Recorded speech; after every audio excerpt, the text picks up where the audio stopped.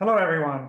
I'm David Courtwright, and it's my pleasure to welcome you to this webinar hosted by the Kroc Institute for International Peace Studies and the Keough School of Global Affairs at Notre Dame. This event is co-sponsored by Veterans for Peace, the Vietnam Peace Commemoration Committee, and About Face, Veterans Against the War. We gather at a critical time in our nation's history. We're still shaken by the horrifying January 6th assault at the US Capitol.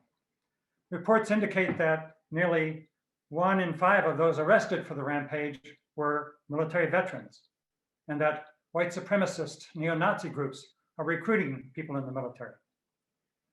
We are here to raise a very different voice from the military, to hear the stories of winter soldiers who stood courageously in perilous times, who took risks to speak out against misbegotten wars and racial injustice. This event commemorates the 50th anniversary of the Winter Soldier investigation organized by Vietnam Veterans Against the War. Also, the Winter Soldier hearings organized by Iraq Veterans Against the War in 2008. And we will hear also from veterans and recent soldiers of today who will testify to the effects of militarized policing in our cities and at the border. We have an ambitious agenda this afternoon for our symposium with 3 panels. Joining me in hosting the program are Adrienne Kinney and Garrett Reppenhagen, the President and Executive Director of Veterans for Peace. I will moderate the first panel and then turn the program over to Adrienne and Garrett for the second and third panels. At the end, we will have a conversation among all the panels and the panelists, and we'll address some of the many questions that have come in from you in the audience.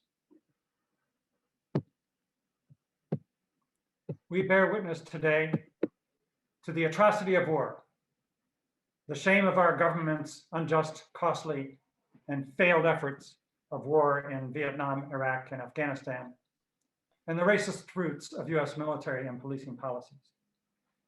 In the first panel, we focus on the nightmare of Vietnam, a war that never should have been fought, a war of unimaginable brutality and savagery that took the lives of more than 58,000 of our fellow soldiers and millions of Vietnamese, Cambodians, and Laotians. Many of us in the military, active duty and veterans, spoke out against the war and were part of the largest sustained peace movement in American history. I had a small part in that vast wave of resistance. I was drafted in 1968, immediately after graduating from college. To avoid the infantry, I reluctantly volunteered for a 3-year hitch in the Army band. I was a draft-induced volunteer in the parlance of the time. Yes, I defended our country by playing my baritone horn in the Army band. I was from a conservative Catholic working class family, and I did not have any political activity and orientation before I entered the military. But when I learned about the war, and especially after talking to the vets who are coming back from Nam, I was shocked and horrified by the devastation and suffering we were causing. And I was offended by the racist and dehumanizing terms our commanders and sergeants were using in referring to the Vietnamese people. I felt compelled to speak out. I joined the GI movement and became an activist for peace. I helped to organize and participate in anti-war protests.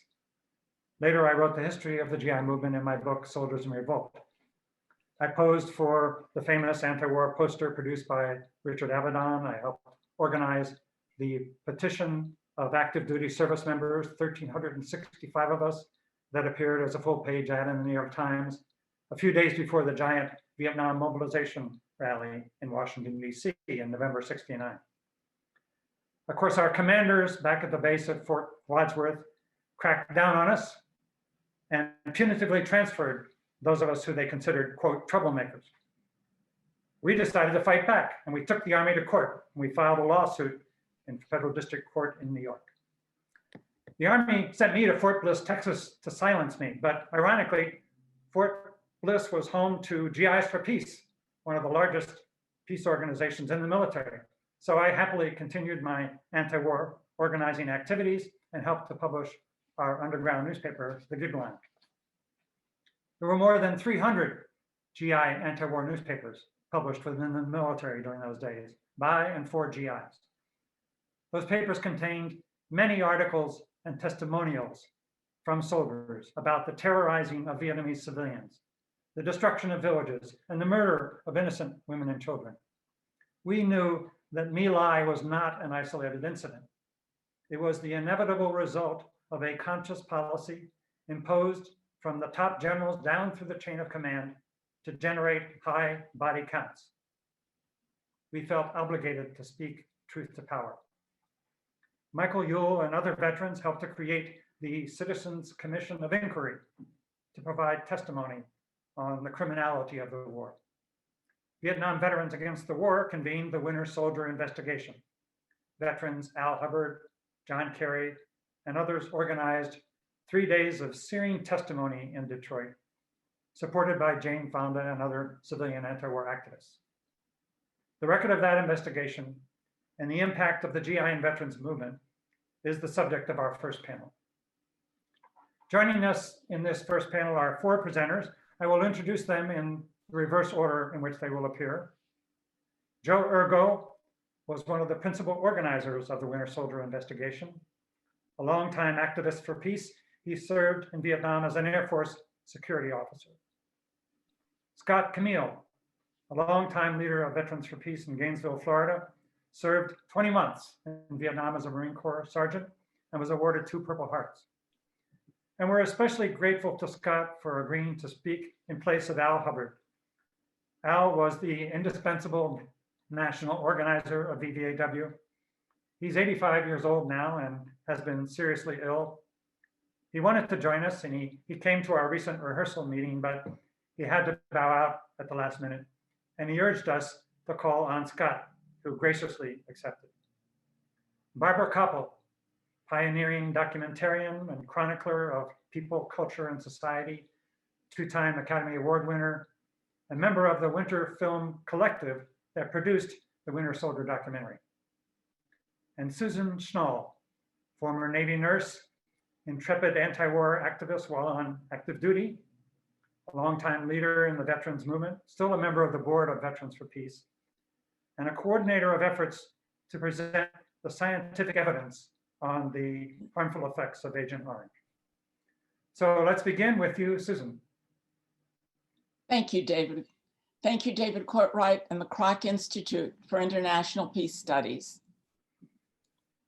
for hosting this intergenerational conference, highlighting the history and current status of active duty military and veterans who have been working for peace and social justice these past 50 years.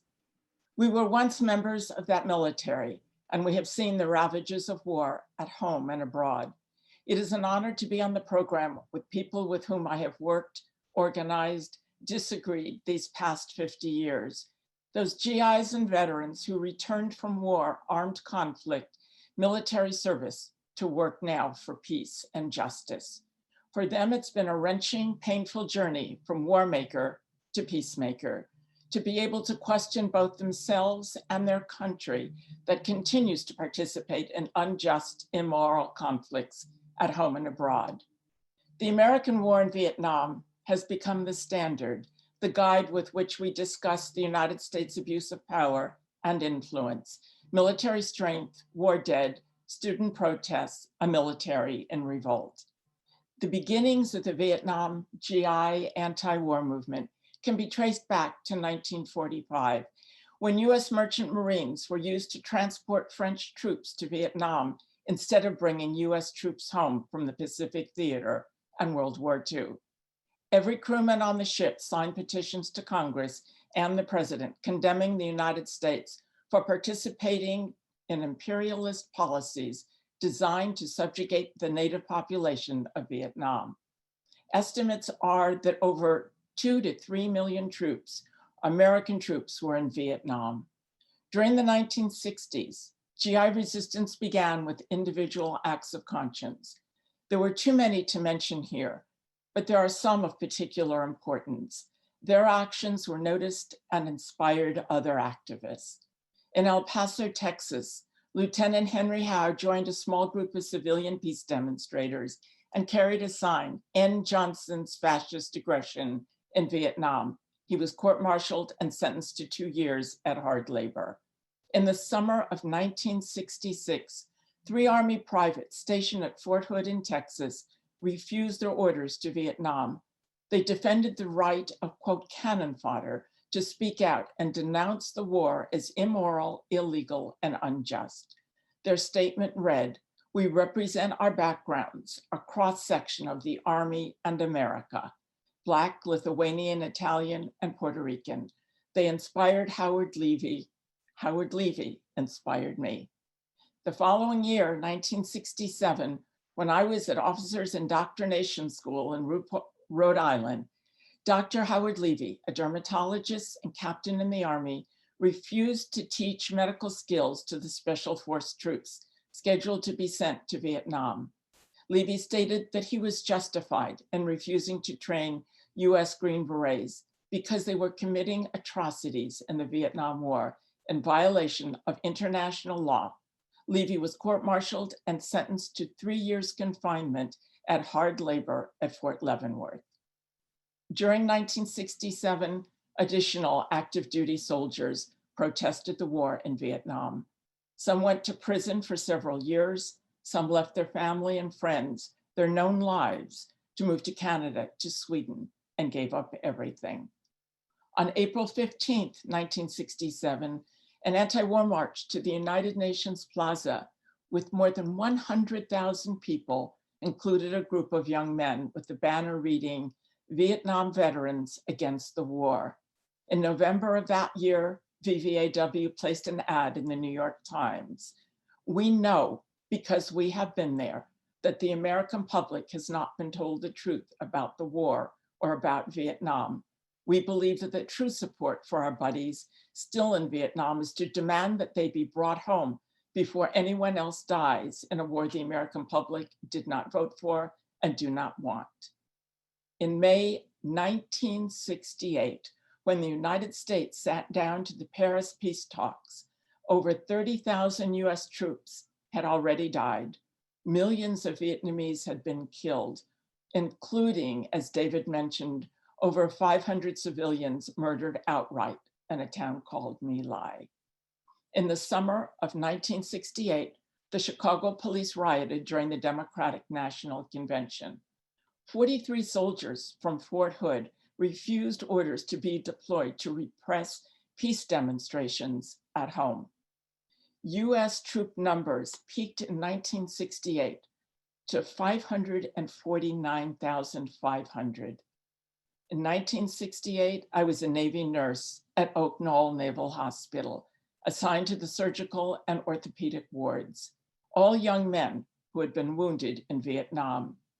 I heard their cries of pain, their limbs held aloft by butcher-like hooks used to elevate a leg or arm with large open wounds oozing infection, pus and blood mixed together to stumps that would always remind them of their war and loss.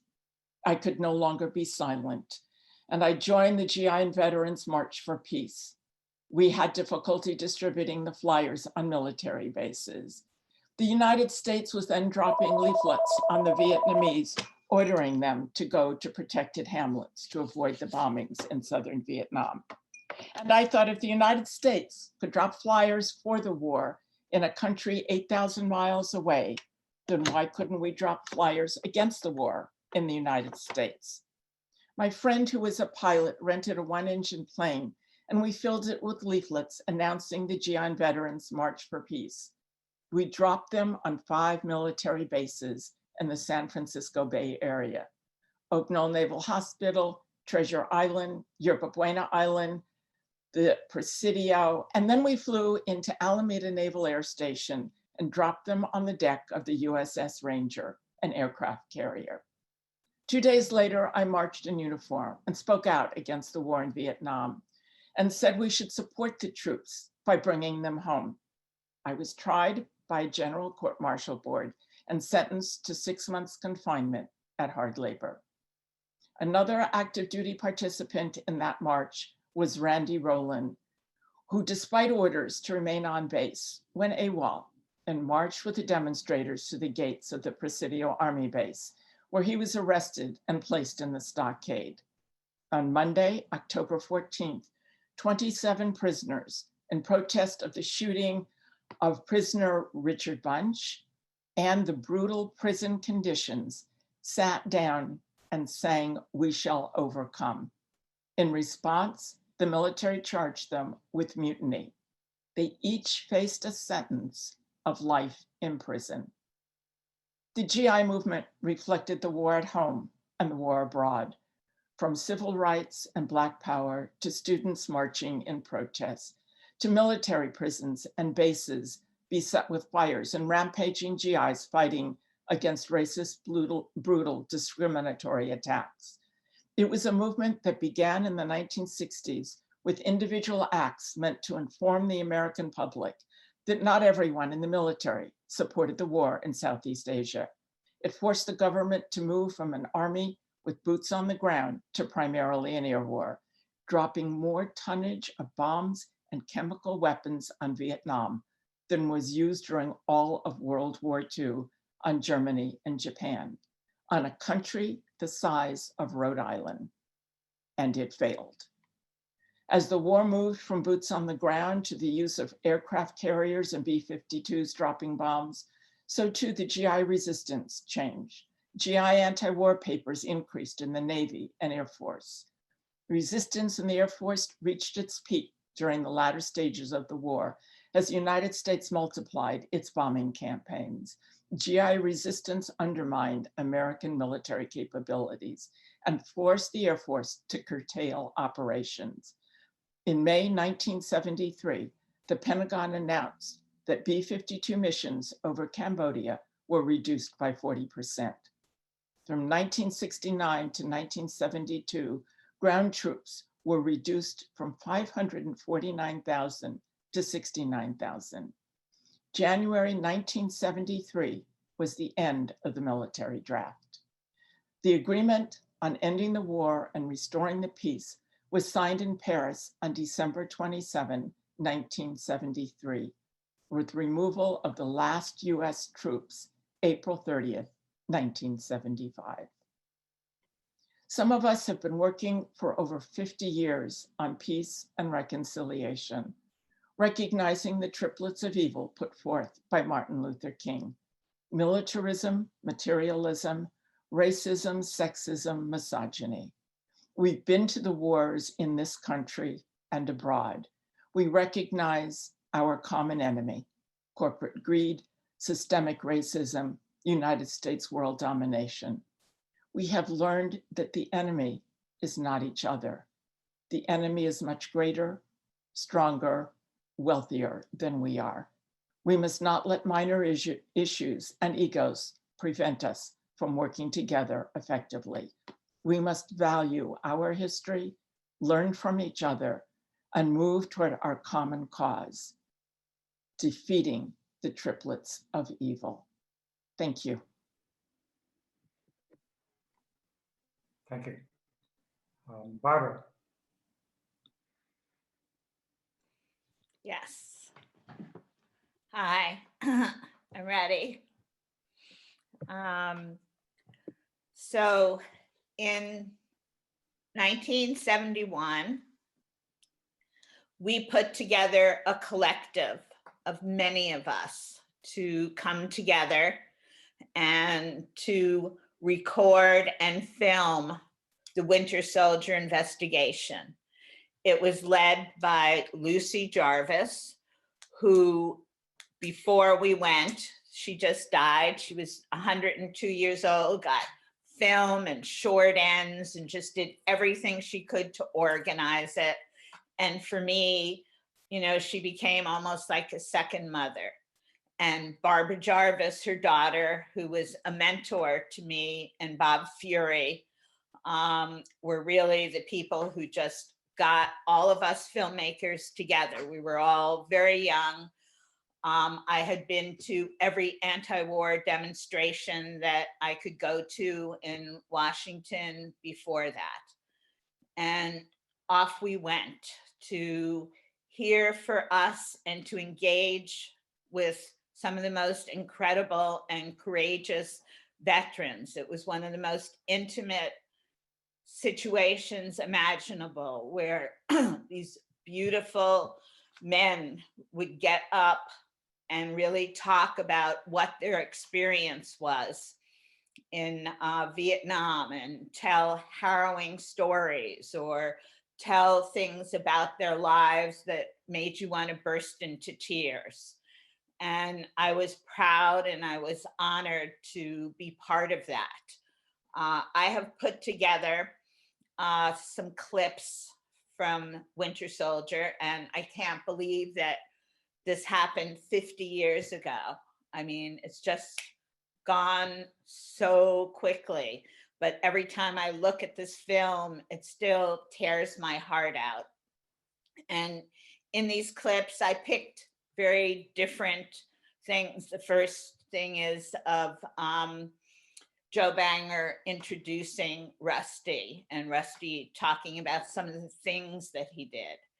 And then there's a little bit of Scott Camille, and probably something he hasn't seen in a while. And then after that is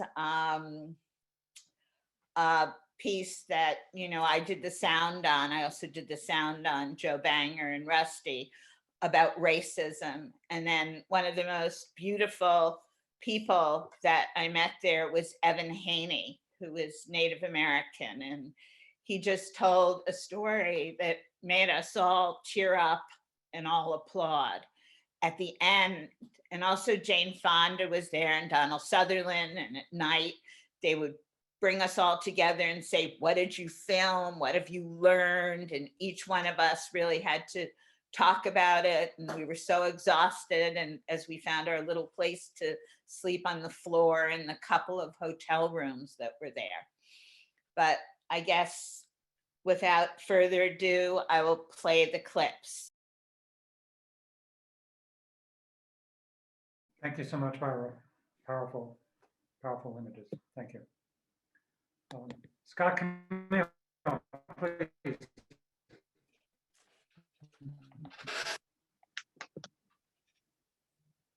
Hi. I'm honored to fill in for my friend Al Hubbard today. And Al, I hope you get better. I want to thank the organizers for doing this event. How I got to Winter Soldier. When I was in Vietnam, I read in the Sea Tiger, a Navy publication, an article about Joan Baez doing a concert, collecting blood and sending it to North Vietnam through Canada.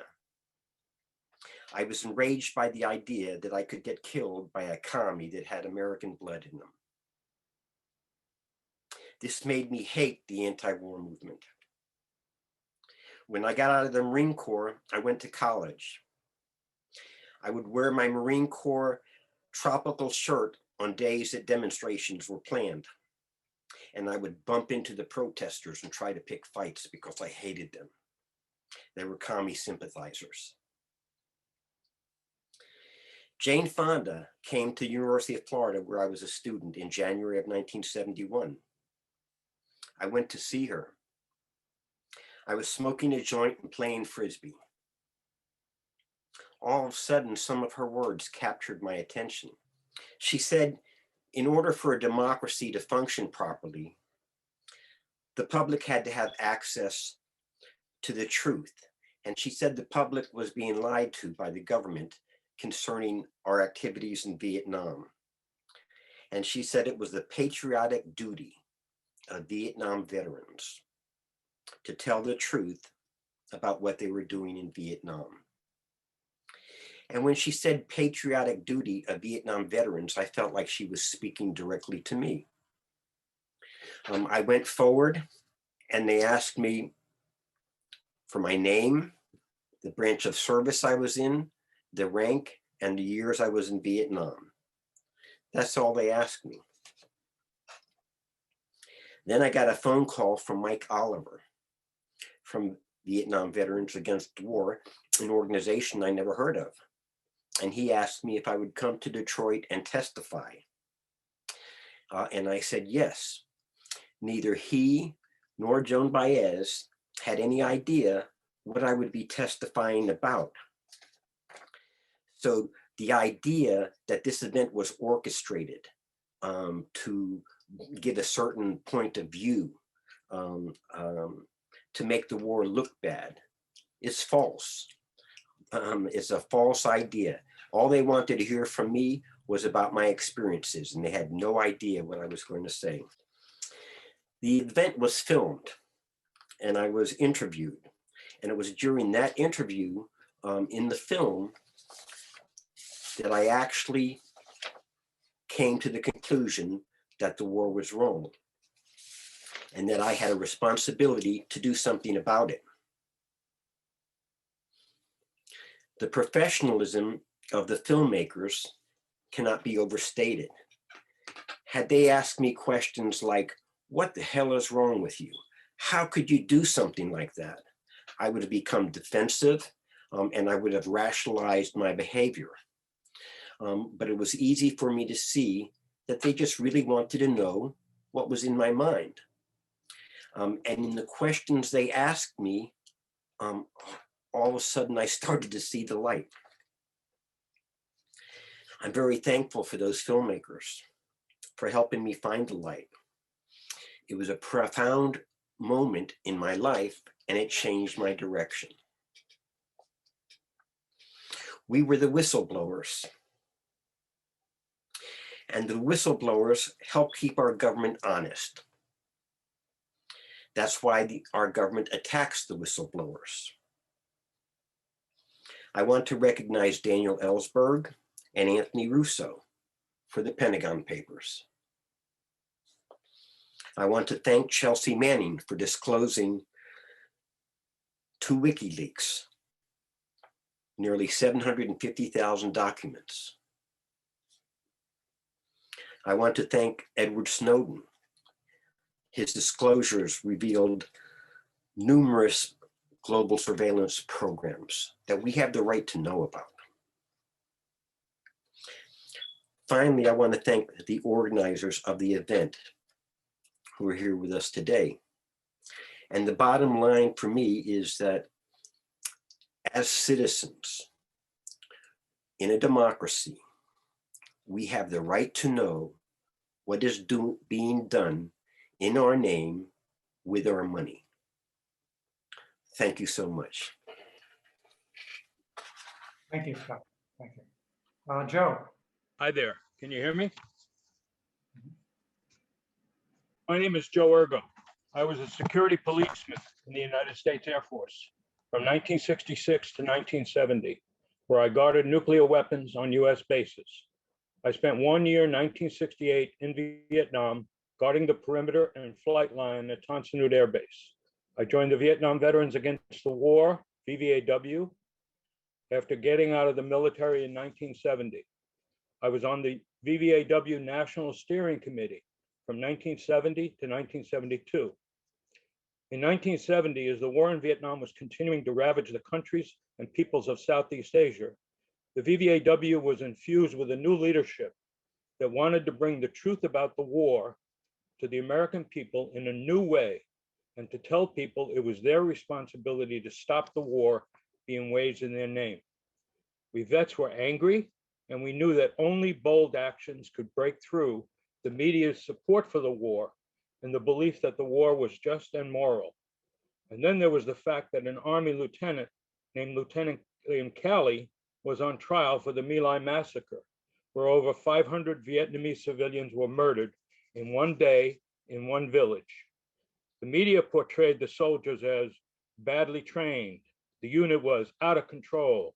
Lieutenant Calley was an incompetent leader, and the whole thing was an isolated incident. The photo of dead women, children, and men in a ditch told a different story, and that photo went around the world. We knew that the massacres happened all the time in Vietnam, along with many other horrors, and we had to break through the lies and tell the truth. So we brought about 125 veterans to public hearings in Detroit. At Winter Soldier, we exposed US military operations as war crimes and showed that the policies, tactics, and weapons used in Vietnam, Cambodia, and Laos were developed at the highest levels of the US government. The 3 days of testimony show that individual soldiers, while morally responsible for their actions, were not responsible for the larger strategic, political, and military policies that led to the daily, long-standing, and continuous crimes in the war. Yes, we had to be careful and make sure the testimony was as close as to 100% accurate as possible. In addition to the testimony of specific war crimes, we had panels on the psychology and training of American GIs, on racism in the military, and the hatred of non-white people. We proved in the hearings that we were trained and brainwashed to commit these crimes. But I think it is still a mystery to millions of people how our kids, your kids, could do these horrible things. So let's talk about basic training. American culture promotes the mythology that basic training is a rite of passage that makes a boy into a man and toughens up a young woman. Iraq War veteran Martin Smith has called basic training structured cruelty. It is a very brutal physical and mainly extreme psychological conditioning that breaks the recruits down emotionally and encodes in these youth a way of thinking and a set of values that fit the mission of the US military. And that mission is to kill, kill, kill, and keep on killing. Racism, misogyny, and ignorance of other peoples and their cultures around the world, all of these are a key part of the brainwashing technique that replaces the normal emotions and compassion of 19 to 22-year-old youth and replaces it with fear of authority, racist terms for a great many people in the world, along with the absolute necessity to obey orders and not question the officers. These recruits, even today with a high percentage of minorities and more women than ever, bond together in this shared misery. And this bonding becomes a key part of their identity as they go home and then around the world. You've heard the bonding codes among soldiers and Marines, hoorah and semper fi. A key part of this bonding is that rarely do these soldiers actually tell their families and friends what happened in basic training or what happened to the countries in which they were stationed. All this is then reinforced by the bullshit terms of duty, honor, country. Ask yourself, what kind of system has to do this to its youth to get them to defend the people? The biggest lie of all is that America is a force for good in the world.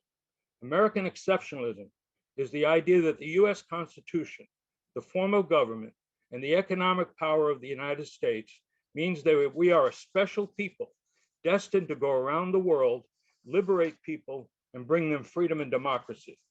Americans are taught that the only lives that matter are American lives. And I say American lives are not more important than other people's lives. Millions of Americans have been trained to respond to a soldier or a veteran by saying, thank you for your service, which widens the complicity of silence because the soldier never tells them exactly what happened and where they were stationed.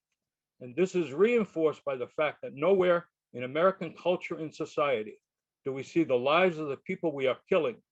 The military does not want people, and certainly not the soldiers, identifying with the cultures and the people in the countries we are invading and bombing.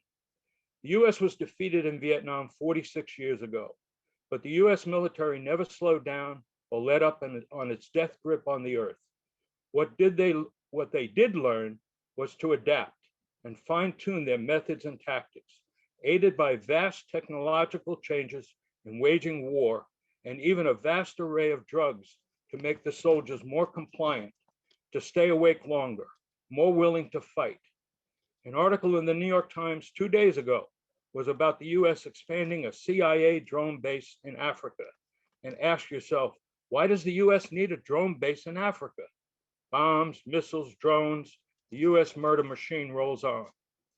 In the 245-year history of the United States, it's filled with thousands of wars, invasions, police actions, economic sanctions, support for dictators, humanitarian interventions, special operations, CIA torture and assassinations, hundreds of satellites, 800 bases, and millions of soldiers that ring the globe. The US has messed with nearly every country on the planet.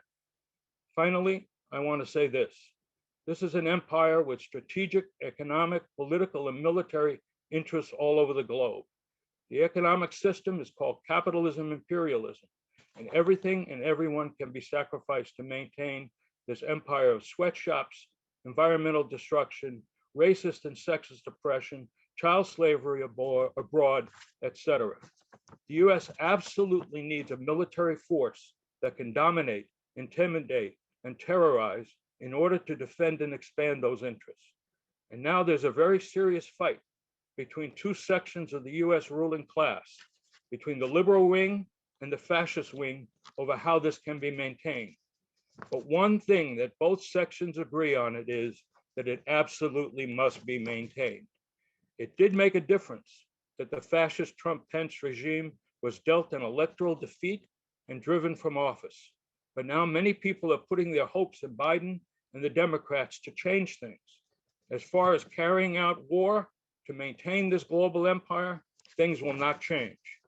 And speaking on that, Bob Avakian, the leader of the revolution, has written a New Year's message you can find at revcom.us. And here's a paragraph from that New Year's statement. There is no question that many of the policies of the Biden-Harris administration will be different than the blatant atrocities of the Trump-Pence regime. Things will definitely feel different with Biden-Harris, but the way they will try to unite the country in line with the interests and requirements of the system of capitalism imperialism is something that no decent person should want or be part of. You can read the whole statement at revcom.us, and I urge you to go to revcom.us and read it. Thank you.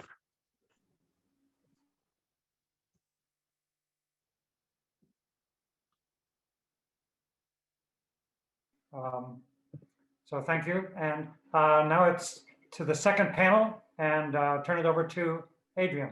Thank you, David. I appreciate your, hopefully it is switched over. Yeah. Okay, great. I really appreciate you reaching out to us and helping to organize this panel and this really important conversation about Winter Soldier. So to speak briefly about myself, I joined the military when I was 17 years old. In 1994, I served as an Arabic linguist from 94 to 98, and then chose to join the reserves. Shortly after 9/11, I was activated in the reserves and served 2 years on active duty in conjunction with the wars in Iraq and Afghanistan from a stateside location. I was not happy about the response of the United States to the events of 9/11. I thought that that moment could have and should have afforded us an opportunity to rethink how the United States conducted itself in the world. But unfortunately, that was not to be. As a result, I honestly, I didn't know about the history of GI resistance. I mean, I was a pretty naive kid who joined the military believing anything and everything that was told to me about what it was to be an American, what it was to serve one's country. And though I had questions about how we conducted ourselves in Iraq and Afghanistan, I still didn't really know all of the things that were going on, even not only in the United States, but around the world in terms of the numbers of people protesting, and certainly protesting the protests before we invaded Iraq in 2003. I exited the military in 2004, and to make a long story short, I joined Iraq Veterans Against the War in 2007, and that was an incredibly important moment in my life. And I remember as I got involved in Iraq Veterans Against the War and with Winter Soldier organizing and connecting with veterans all across the United States who similarly felt that things were not right, that I just felt more and more and more at home and less alone. And during my testimony during Winter Soldier, I remember reflecting that I was amazed that after 10 years, serving 10 years in the military, it was only after joining Iraq Veterans Against the War that I felt that I had done something good. And It has been, there have been a lot of ups and downs since 2008, but I still feel that way in my work with Veterans for Peace. So to transition to the event, Winter Soldier Iraq and Afghanistan took place from March 13th to 16th, 2008, just outside of Washington, DC. Over 200 veterans and service members gathered to lay witness to their experiences in the military. And we were also joined by many supporters, many people who were there to not only share that moment with us and show their support, but also there to make sure that those testimonies were preserved and that they could be shared outside of that event. So I'm really honored to be able to introduce David Zeiger, who is one of those filmographers who was helping to document the testimonies of Winter Soldier.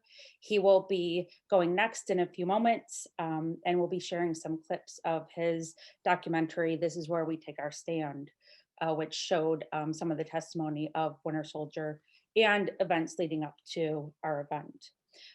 Following that presentation by David, I am likewise honored to be joined by two amazing veterans and Winter Soldier co-collaborators and testifiers and Veterans for Peace, Margaret Stevens and Jarvis.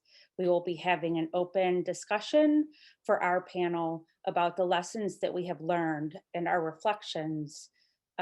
It's been 13 years for us since our Winter Soldier, and you know, the fight is still going on and the cause of peace and social justice is still going on. And I think we all know that we still have so much to learn, and sometimes it is good to pause and reflect. So without further ado, I would like to hand over the video and microphone to David Zeiger. Thank you, Adrian. Just a very brief introduction to what the clips that we're going to show. I've had three great honors in my life. One was in 1971 when I, as a 20-year-old middle-class kid from Los Angeles, joined the civilian staff of the Oleostruck Coffee House at Fort Hood, just outside Fort Hood, Texas. Which was one of a network of anti-war coffee houses that were staffed by civilians and veterans, and that became centers of the GI movement, of GI resistance. For the 2 years I was there, it was an incredible moment in history. There were two large demonstrations of active duty GIs, mostly Vietnam vets who were still in the military, right outside the gates of Fort Hood. One with 1,000 and another with about 2,000 on Armed Forces Day, which we renamed Armed Forces Day. And this movement had a huge impact, as David described, on the nature of the war and the outcome of it.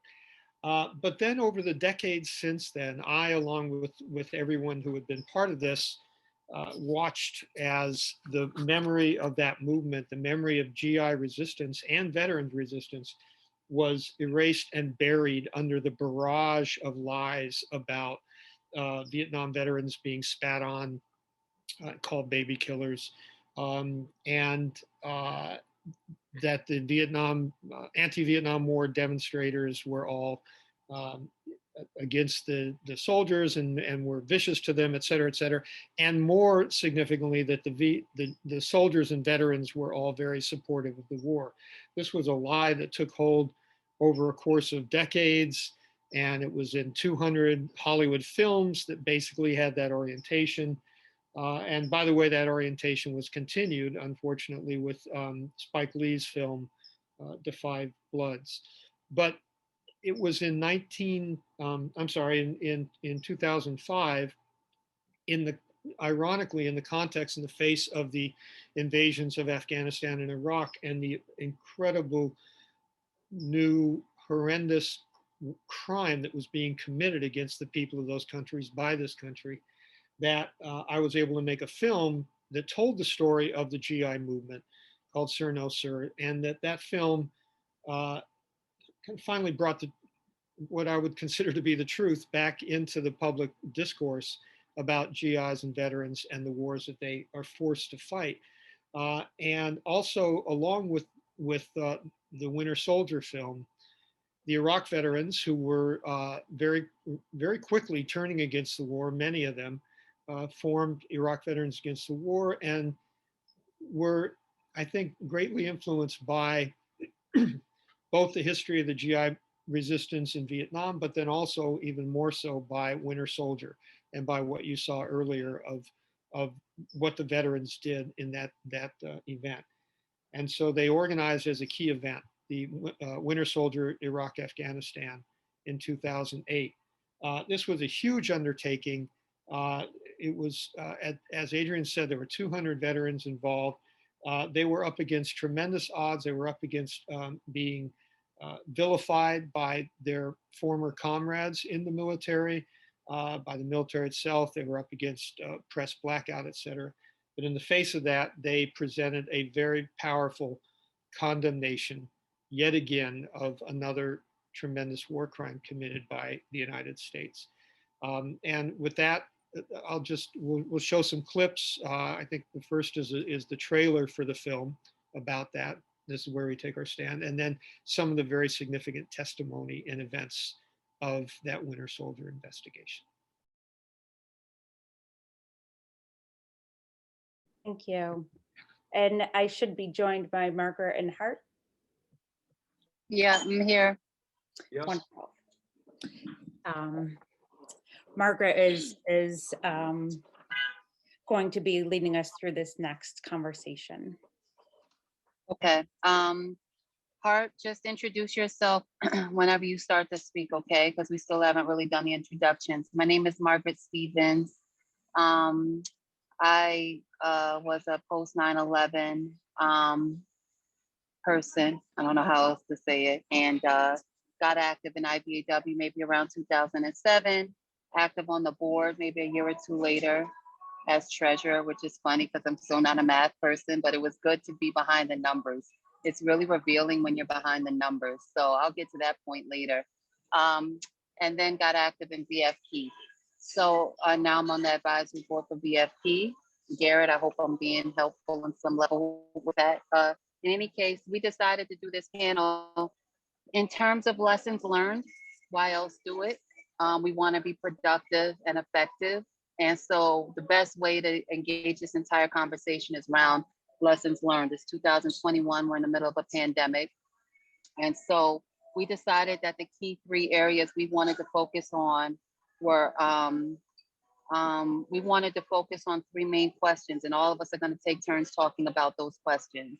The first question is politicians versus the people. Where do we direct our energy?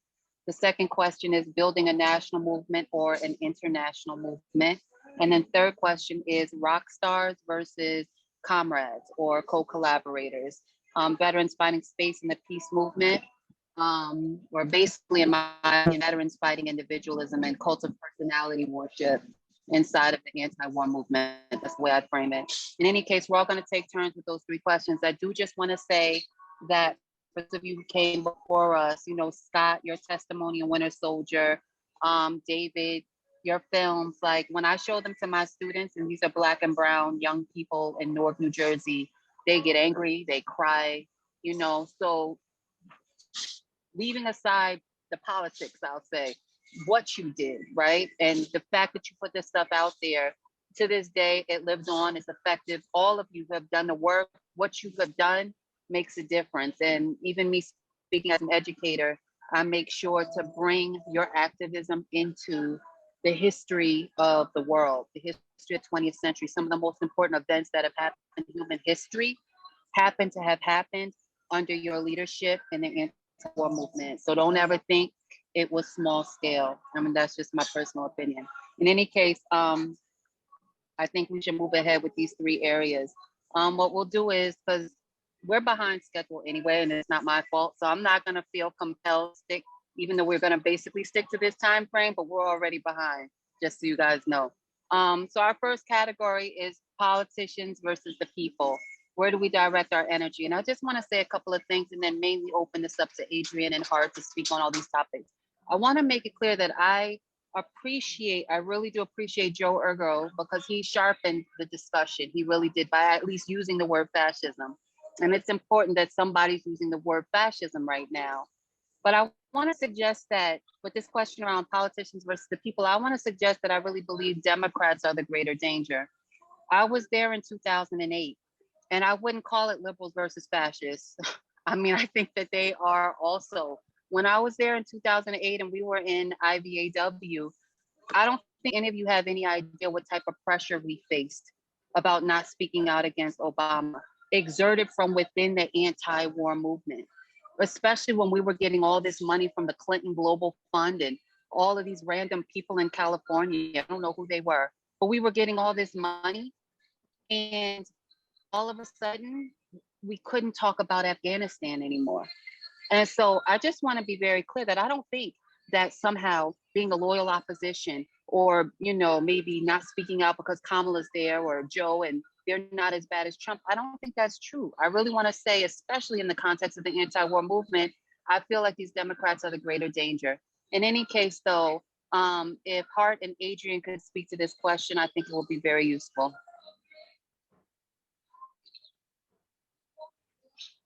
Thank you, Margaret. Go ahead, Hart.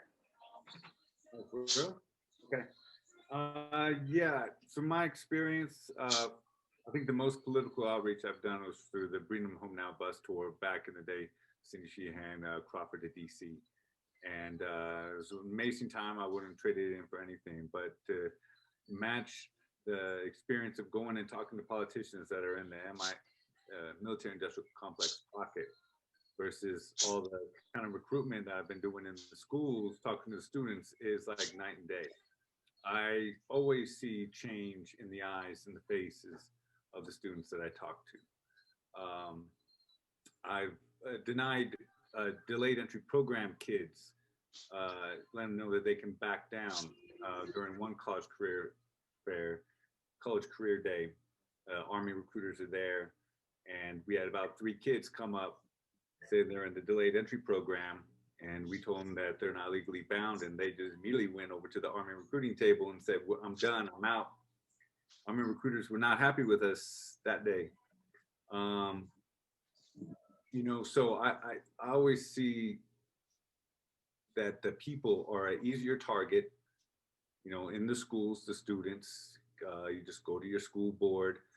Sustainable Options for Youth is the group that, you know, operates in schools. So it's a soft name where we can get in there and talk about war, racism, greed, sexism, ecocide, all the social ills, because I mean they're all connected anyway, you know. And the kids are interested in all those other things, and you can connect those dots for them to bring about that.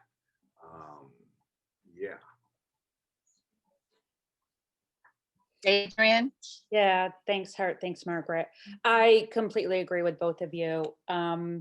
I remember in 2007 reaching out to, even at a local level in Vermont, the members of our state legislature, and leaving a meeting with the head of the House and the Speaker of the Senate, and feeling like I had all of the oxygen in the world was just sucked away and out of my being.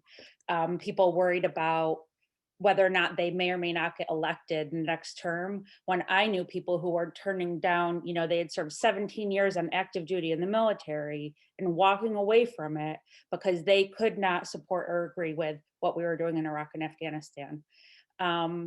It's frustrating. And I likewise agree that the Democrats, to me, are definitely hugely problematic, because a Democrat gets into office and then all of the people who should be standing up and holding our government accountable and demanding change for peace and social justice, they go silent. Radio silence. Obama continued most of Bush's programs and policies. In fact, he perfected them, and Democrats were silent.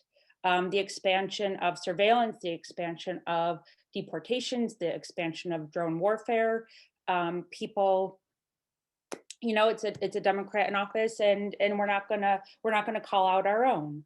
And that's what furthers the United States into this place where people cannot talk to each other. We're relegated to, you know, you're either red or blue, and neither the twain shall meet. And that's something, you know, when you actually talk to people instead, that's when you have the greater possibility of, you know, changing somebody's mind or reaching out or showing them that there's a different possibility or a different way of thinking about things. Thank you. Anyway, I hope that this is engaging and you guys want to follow up with questions afterward. I don't remember the structure for this whole event, but I've been here since the beginning. So our second question was building a national movement or an international movement. And I think we raised this question not because we didn't ever have international aspects before we did, right? We had folks coming in from US military from all over. We had veterans for peace in England. So it's not in that sense to discard the extent of the anti-war movement's internationalism among veterans in active duty in the past, but it is to argue that it was insufficiently internationalist, and primarily internationalist to the extent that it was dealing with US soldiers stationed in other places, as opposed to seeing workers in uniform in other parts of the world, as well as veterans in uniform from representing other countries who actually appreciate and agree with our notion that imperialism and capitalism is deadly. And so, you know, I don't think we ever saw ourselves as part of this global movement, you know, defending soldiers from, you know, from Russia and China and all these different places where they're also in uniform and upholding, you know, genocidal policies for the future of the world. And so that can't happen again. And so imagining ourselves as beyond borders has to become part of the future of this movement. And I also want to say that I don't think all armies are equally bad. I want to be very clear about that, in the sense that, you know, during World War II, the Soviet Union did not bomb civilian neighborhoods in Berlin in order to defeat the fascists. They did not bomb neighborhoods. That's huge. And how is that written out of the history of World War II? So I simply think that, you know, we're mainly talking about, but we are talking about organizing soldiers in all parts of the world. So anyway, though, Adrienne had some interesting observations about what she heard about soldiers in other parts of the world and how they felt about our work. And I also, Hart, whatever you have to say, both of you, would be useful to hear what you guys have to say on this topic. Yeah, I mean, I completely agree. I think that the peace movement becoming an international, a global phenomenon is just crucial. I think, honestly, for the United States of America to be checked, it will in some way require the rest of the world saying, you need to refine your place and realize that there's a whole rest of the world out here that exists and doesn't want to be just your purview of expansion and using them. Though the last 2 years, I lived in England and worked with Veterans for Peace UK. And I mean, it's just, I don't know, it's definitely a different experience. It was an incredible group of people. It was a real eye-opening experience. But one of the things that I noticed that was very different with VFP UK versus my experiences here in the States is that when members acted out against each other, there was immediate like correction of abusive or negative behavior directed towards fellow members. And the other piece was that it was very intergenerational and very openly intergenerational that I just had never experienced in peace work before. It was either you were in IVAW and that was the younger crowd, or you were in Veterans for Peace back in the day and that was the older crowd. And there were very few exceptions to that rule. I think, Hart, you were one of them.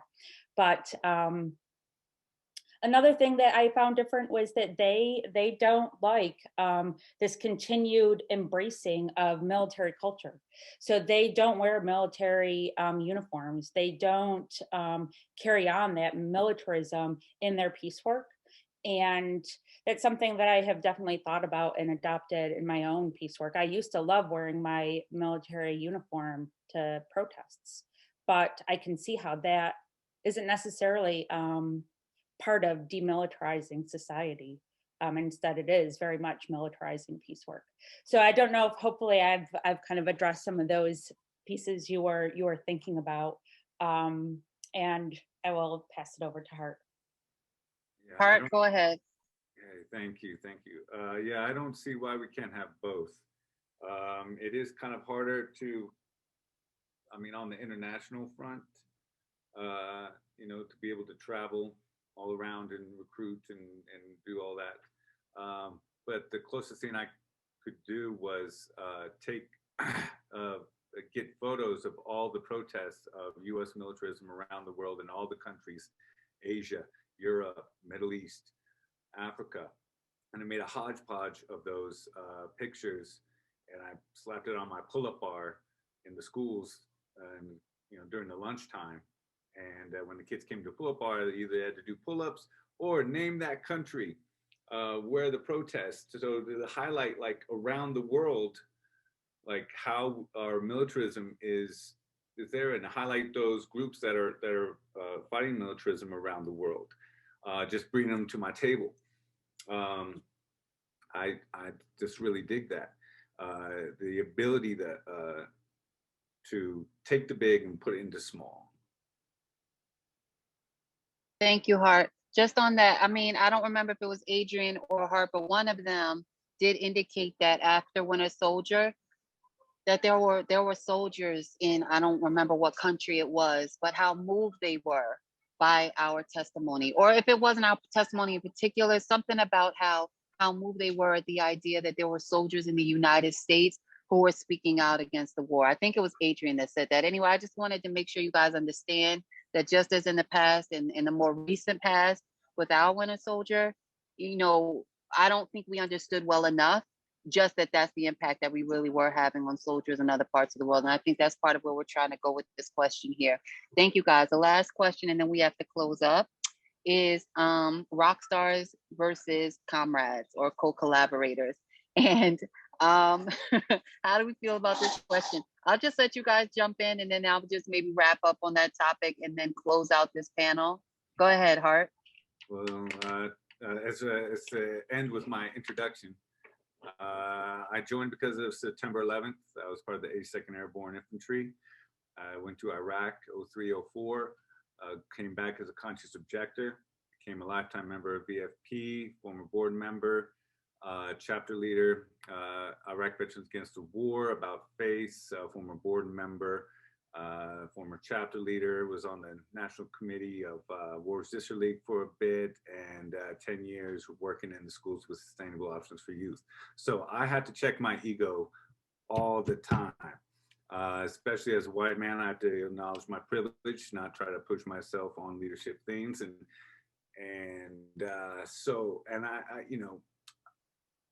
That's why I just want to be a counter recruiter in the schools.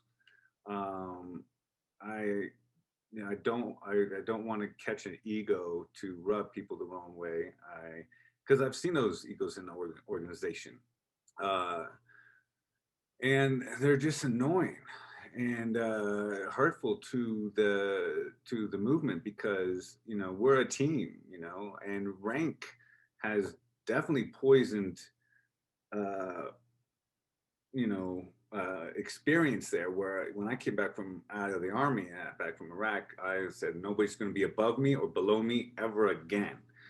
I don't want to talk up to somebody, and I don't want to talk down to somebody. And what other people do, that's, I can't control it, but I can just try to be me. And so watch out for those rock stars. But if a rock star can like self-depreciate, maybe, hey, throw somebody out there. Why not? But as long I don't know, Hart. Hart definitely lives up to that. From what I can say, he really is an example of someone who you're not above or below. Like he really lives by that. So I can second you on that one. Adrian, anything? Yeah, I was just thinking, as Hart was talking and reflecting on this panel, veterans, ultimately, we do definitely bring a unique perspective to the peace movement as people who have served in the military. But at the same time, I mean, every single person on this planet brings a unique experience to the cause of peace and social justice because of their lived experiences. And it just reminds me of the whole thank you for your service and how uncomfortable it is. And if anything, with COVID, I'm like, golly, finally the world is waking up to other people. It should get thanked for what they bring to, our society, whether they're, healthcare workers or teachers or, people, golly, people keeping our cities clean. Like everybody brings something to this, blue marble we're on. And I think that it was really nice, actually. That was one of the bonuses from a really hard last year, was that people started really appreciating each other in a way that I hadn't really seen, in the time I've spent living. So much of it has been thank you for your service, and I hope that continues to grow, that acknowledgement. All right. Well, I mean, if either of you have any closing thoughts, I think you should just think about what they are. If you're good, then we can just rock out with it as it is. I mean, I just want to say that, the phrase was back in the day, the revolution will not be televised. And I think people forget that. And I don't even know if everyone agrees with that. And I think it's really hard. Sometimes when things are getting going and the funding is coming in and, and before you know it, you're on TV. Well, you're probably on TV because some section of the ruling class has figured out how to co-opt your message and use it to further their agenda. And I mean, there was a time when at some point you're getting asked to speak, and most times you're speaking for free. But when you start getting paid to speak, it's like, then you have to look at, well, who's paying me? What's their politics? I don't want to say anything to offend them. And this is what I really think. But if I'm getting paid by this group, I know I can't go there. So I'm going to focus on this. And so that's all part of it. I think that's all part of the politics of what we're talking about and why it's so important to fight individualism and corruption. And basically the word, honestly, is opportunism, in my opinion. So it's not only at the individual level, but at the political level as well. And I think that a lot of the issues that we faced in IVAW, and it was an amazing contribution, to history, but, the contradictions we faced were against cult of personality and about nationalism and about, cowering to the Democrats. I think a lot of that is because our own internal political struggle and analysis wasn't strong enough. And I think if we'd been stronger, we would have been able to withstand a lot of that. But it morphed into about face, and so we're happy about them and we support them as best we can. And a lot of us went into BFT, so the energy continues. I guess you could call it dialectically. So do either one of you want to say anything before we pass the baton to the next section? I just really appreciate you, Margaret, and it's been wonderful to catch up again, and the same with Hart. And I've just honestly reflecting on Winter Soldier 2008, thinking about those members who I used to talk to all the time and who I kind of miss. I mean, we've all kind of gone in different directions.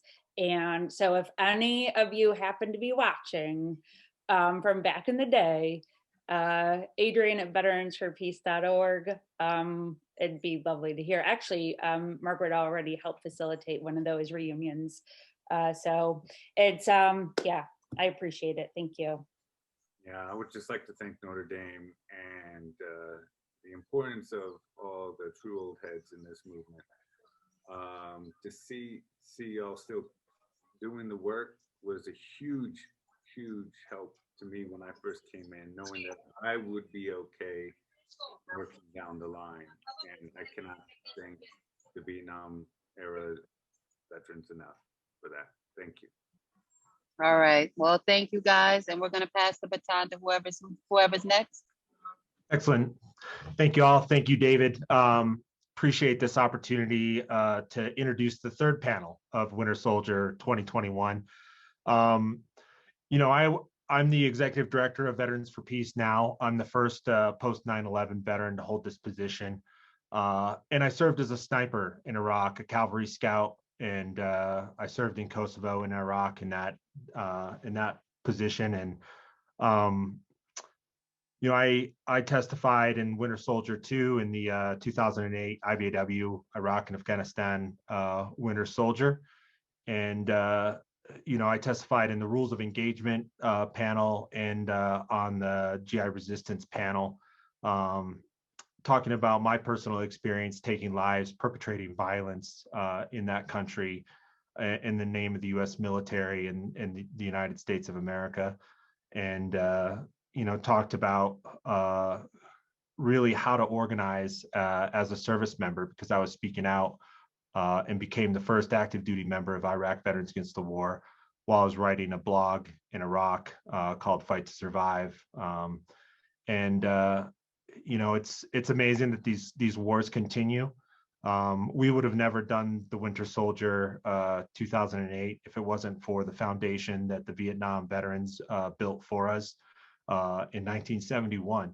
To see the courage and the vulnerability that it took to really expose, what they did and what they saw in Vietnam, and not only in direct perpetration of violence, but being in support roles of that violence, witnessing the misogyny, the patriarchy, the racism, the fascism, the oppression that's a through line in the military service and continues today. And then testifying about our experiences in war in Iraq and Afghanistan, in the global war on terror, and knowing that here we are today, 2021, and those conflicts continue. Service members are deployed continuously. The burden of that deployment not only is upon the military family members and those service members, but largely on the countries that are forced to host our wars and aggression. Really we're driven by moral injury and an obligation to testify.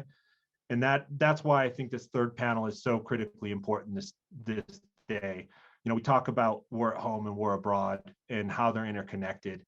And really service members and law enforcement are, the tip of the spear of state violence. And really the only separation at this point is our geographical operations. A lot of things are very similar in both.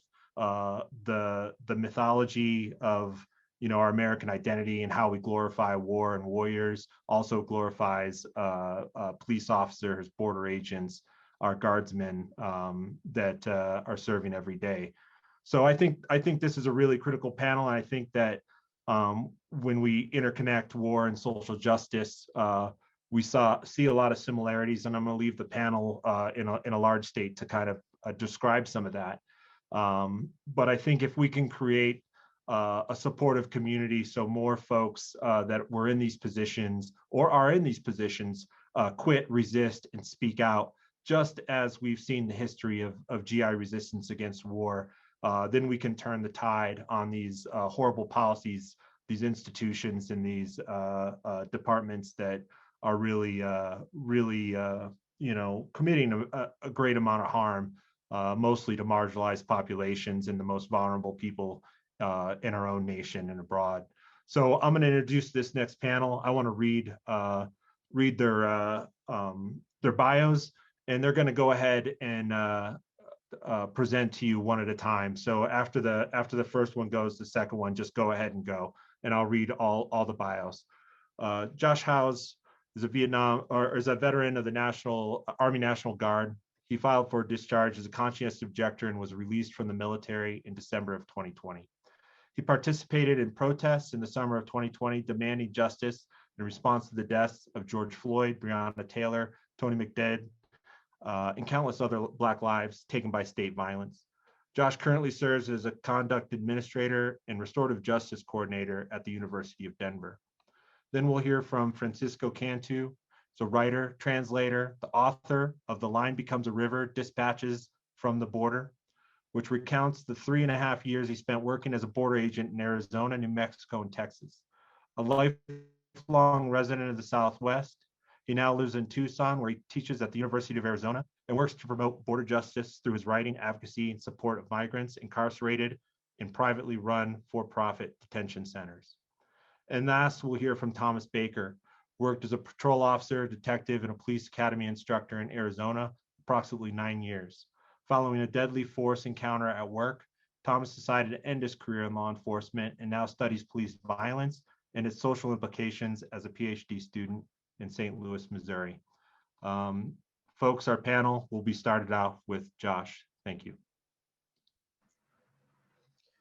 Hello, thank you, Garrett.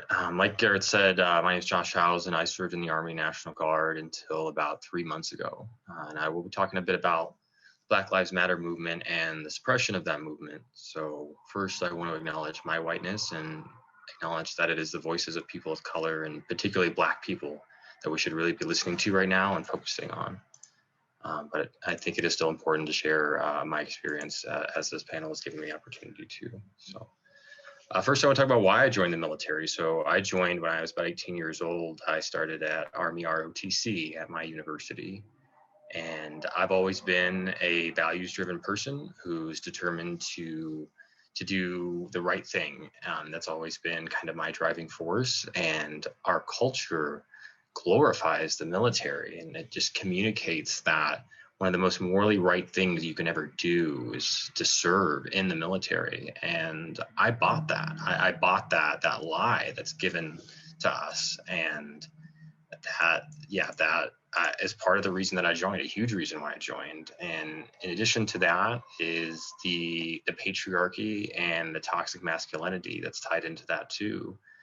We communicate to our men that the only way to really prove your worth is to join the military or some other organization that's willing to do violence. You're valued based on how willing you are to commit violence for the sake of others or for the sake of organizations. So that's been a driving factor for me too, and I'm still recovering from the mark that masculinity's led on me and the decisions it's led me to make in my life.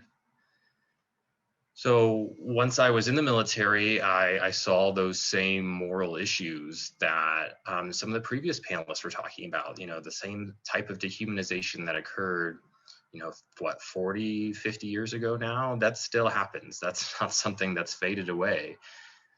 In my trainings, which was mostly between 2012 and 2015, anytime there was a simulated enemy, which was often, it was always this gross caricature of Middle Eastern people. And the enemy was always depicted that way. And again, just training me to see them as the enemy started so early when I was, 18 years old because of the training that the military put me through. So I graduated in 2015, got my commission as a lieutenant in the National Guard. And it was shortly after that I started to examine my whiteness and my privilege. And this is really thanks to my wife. She was taking a class on critical race theory at the time and, shared that learning with me. And once you start to look at the world through that lens, it's a whole different way of seeing the world and seeing kind of the way things are set up and why things are the way that they are. And when you apply that lens to the military and our recent wars, you really see that, especially recently, we've only really waged wars against people of color. Ever since Vietnam, it's always been these other countries with people that look differently than people with white skin, and that's where we're willing to do the violence. And in my opinion, many of those conflicts too, if you go back in the history, have origins going way back to white colonialism that kind of sowed the seeds for war to happen later on. That part of my journey really helped me to see the racist roots of the military and what that looks like. So as I continued to learn and get older, honestly, it was about a year ago, I decided that I could no longer serve in the military. I knew that morally, war against other humans could never be justified. it's something that we need to move on from. And knowing that I had moral objections to being sent to wage war against a culture simply because they were so dehumanized by white supremacist culture. I knew that was something I would not be able to live with. So I submitted my conscientious objector application to the military, and there's probably at least a couple people in the audience that don't know what that is. So basically, it's an application once you're already in the military, is the case for me, that says I can no longer serve because of moral obligations. My moral grounds will not allow me to serve any further. And that process is not hard. The military intentionally makes that, it's not easy. The Army intentionally makes it a very difficult process. I had to go through a lot of hoops. I had to write an extensive essay. I had to defend my beliefs to another officer who's basically questioning them and questioning whether they were valid or true to me. And that was really hard. And it was about a 6-month process too, so it wasn't short either. So while my application was being reviewed, it was over this summer, and George Floyd was killed, and that sparked an upsurge in the Black Lives Matter movement, and a lot of people out in the streets. And I went to those protests. I went there as a protester after he was killed, and I was shot at with pepper bullets by the police for simply standing in a street, which is really ironic now because we just had a group of white people storm the Capitol with barely any response at all until it was too late.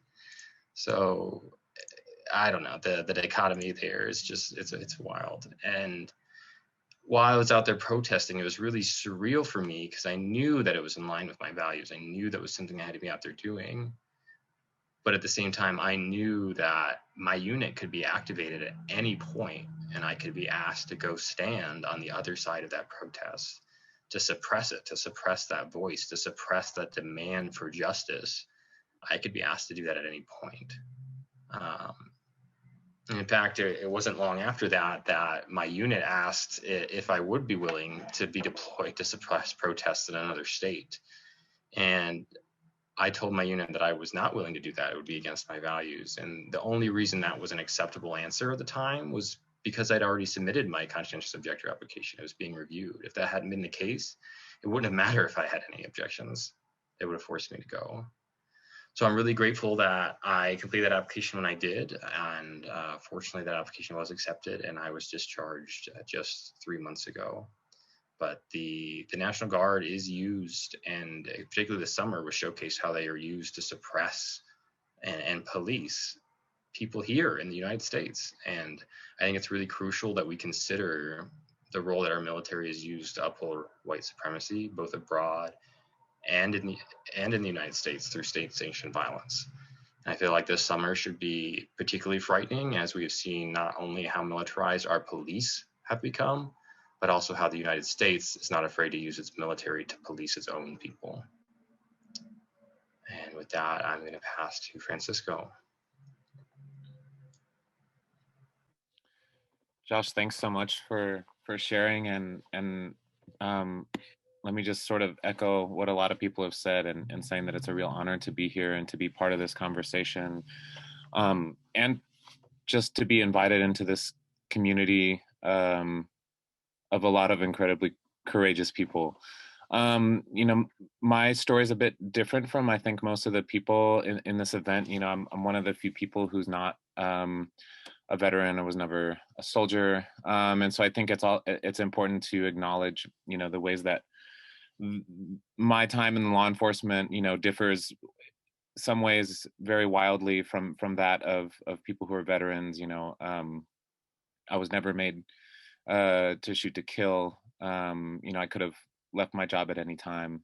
But you know, for me, it took 3.5 years. My process of sort of coming to terms with a lot of the same moral issues that Josh and other speakers have mentioned.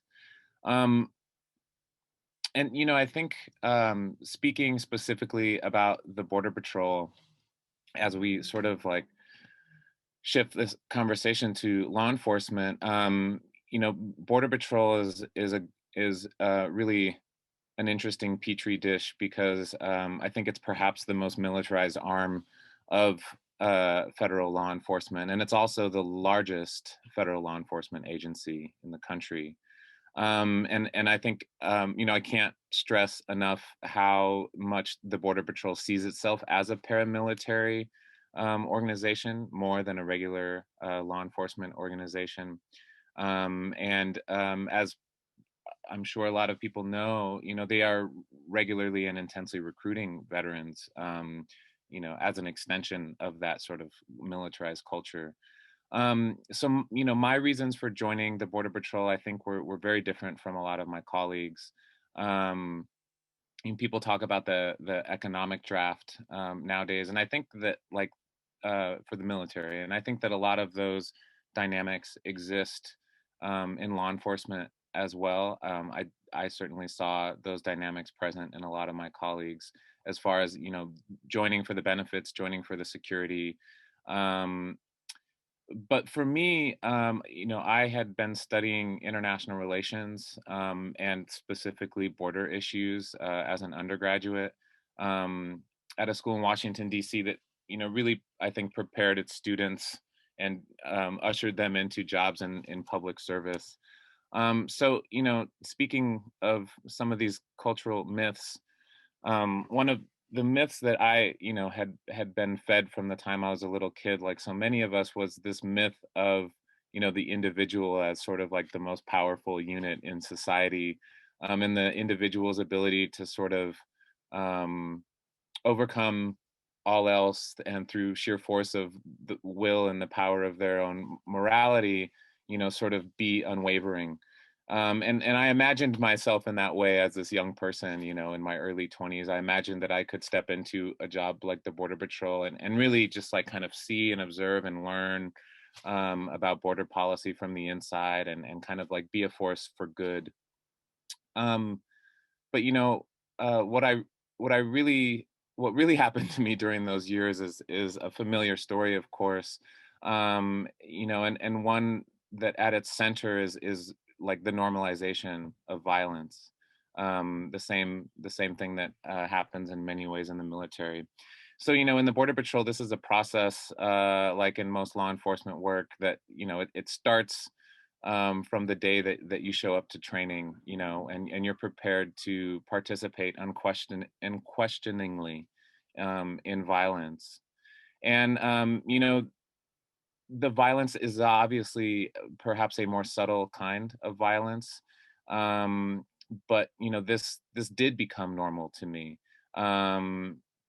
Even though I might not have gone to the extremes of some of the people that I saw working around me. And I think like a central part of what I saw was the dehumanization. As Josh was talking, I was thinking that if you replace the word enemy with the word criminal, that like the exact same rhetoric is present in the Border Patrol or in a lot of law enforcement. So for us, right, the migrant or the refugee is recast as a threat. And I think what's so insidious about this is to kind of consider how scary it is that the border is being made into a foreign space, and that's not just by the Border Patrol itself. It's also by kind of national rhetoric.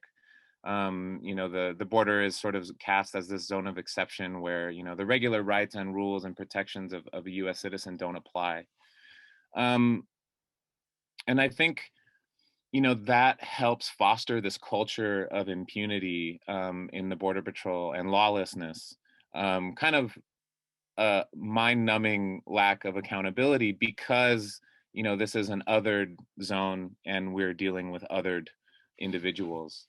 And so, I've thought a lot, especially last year, as the racial reckoning was kind of breaking out into more public forums and more broader conversations.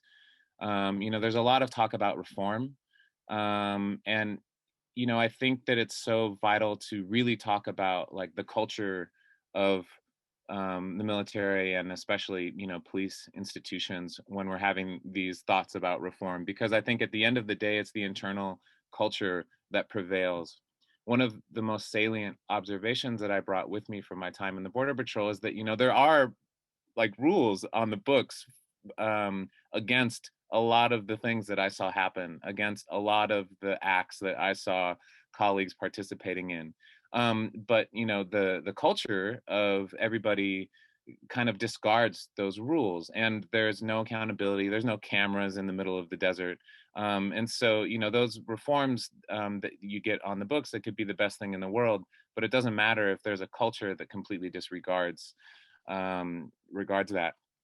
And another point that I want to make is that there's this argument that, right, the solution is to bring more people of color into law enforcement, and that's going to somehow like solve some of these structural problems. And I think the Border Patrol is really like a case in point against that argument, because it's actually an organization that's over half Latinx.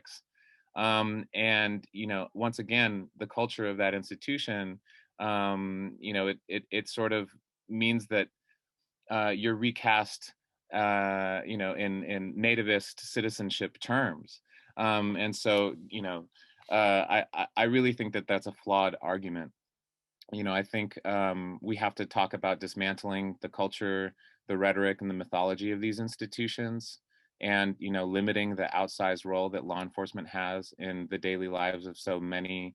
Consider that the way that the border is made foreign is the same way that the inner city is made foreign.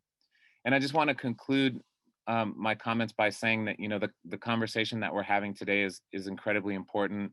I remember watching Sir No Sir in the, you know, early time after I left the Border Patrol.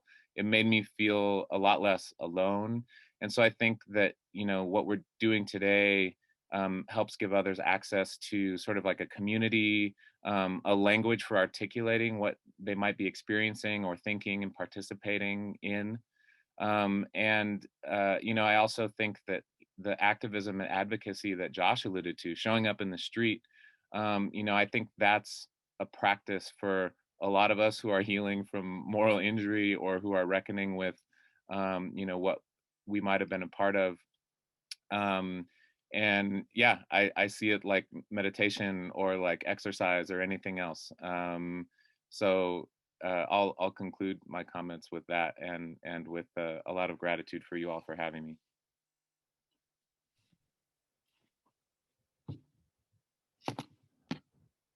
Thank you very much. I think I'm going to be the last speaker. And first of all, I just want to thank everyone for who helped organize this and run this, and it's a privilege to be here. And thank you for everyone who tuned in to check this out. It's much appreciated.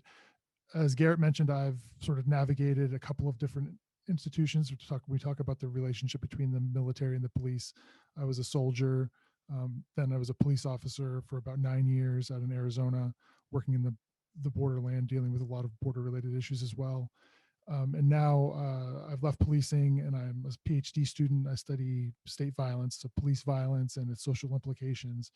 And I wanted to sort of leverage those three positions as a soldier, as a police officer, and now as someone who studies policing, to talk about the relationship that exists between the military and the police a little bit, to sort of shed some light on the sinew that connects the two institutions. So I hear the term police militarization being used a ton, and I'm not sure that's the best way for us to frame it, because it presupposes there's some sort of, I think, nostalgia-driven image of a pre-militarized police force. We have this idea that in the 1950s, there were these police officers walking around talking to people on their stoops and kissing babies and helping solve people's problems. But I don't think that would have been your experience in a city like New York if in the 1950s, if you were a gay man or a black man trying to navigate that city. They were doing basically the same job then as they are now. They were organized in squads with commanders and sergeants. They were, in the 1950s, they were staffed by World War II veterans using tactics that I'm sure they picked up in Europe and in the Pacific to do their job. That even then there was this connection. And if you go even further back to the roots of policing, modern policing, I mean, what are police at a basic level? They're agents of the state who are charged with harnessing and utilizing the state's monopoly on violence to compel people to behave in the way the government wants them to. They're utilizing violence as a form of statecraft. It's the same thing that soldiers are doing abroad, but in the United States. Whether it's invading Iraq or a police officer putting on their red and blue lights behind you, they're threatening or using violence to compel you to behave that they want you to behave. Their police are violence workers, just like soldiers are violence workers. So I think there's a deep connection. And when we look at where modern policing, if you look at the roots of modern policing, you see it comes out of this industrialization process. You have people flooding into cities and people in positions of power recognizing that we need to control these people. So they create a military-like force to utilize or threaten violence to compel behavior. In other parts of the world, in like the southern United States, we see it evolve as a tool to control people as property, so to control slavery, to control slaves. And move into the 20th century, there's, used to control unionization, to crush unions, anti-war protesters, anarchists, socialists, anyone who threatens or has the potential to undermine the interests of the people who control the state.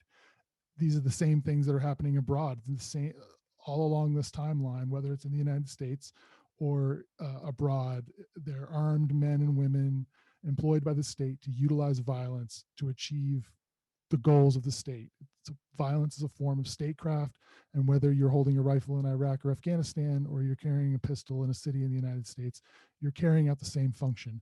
So it's a long way of saying that I'm not sure that militarization is the best term to be using. And we see this continue today. I mean, through the 1994 crime bill, it's using violence to achieve certain objectives, to manage populations that have been left over as we deindustrialize.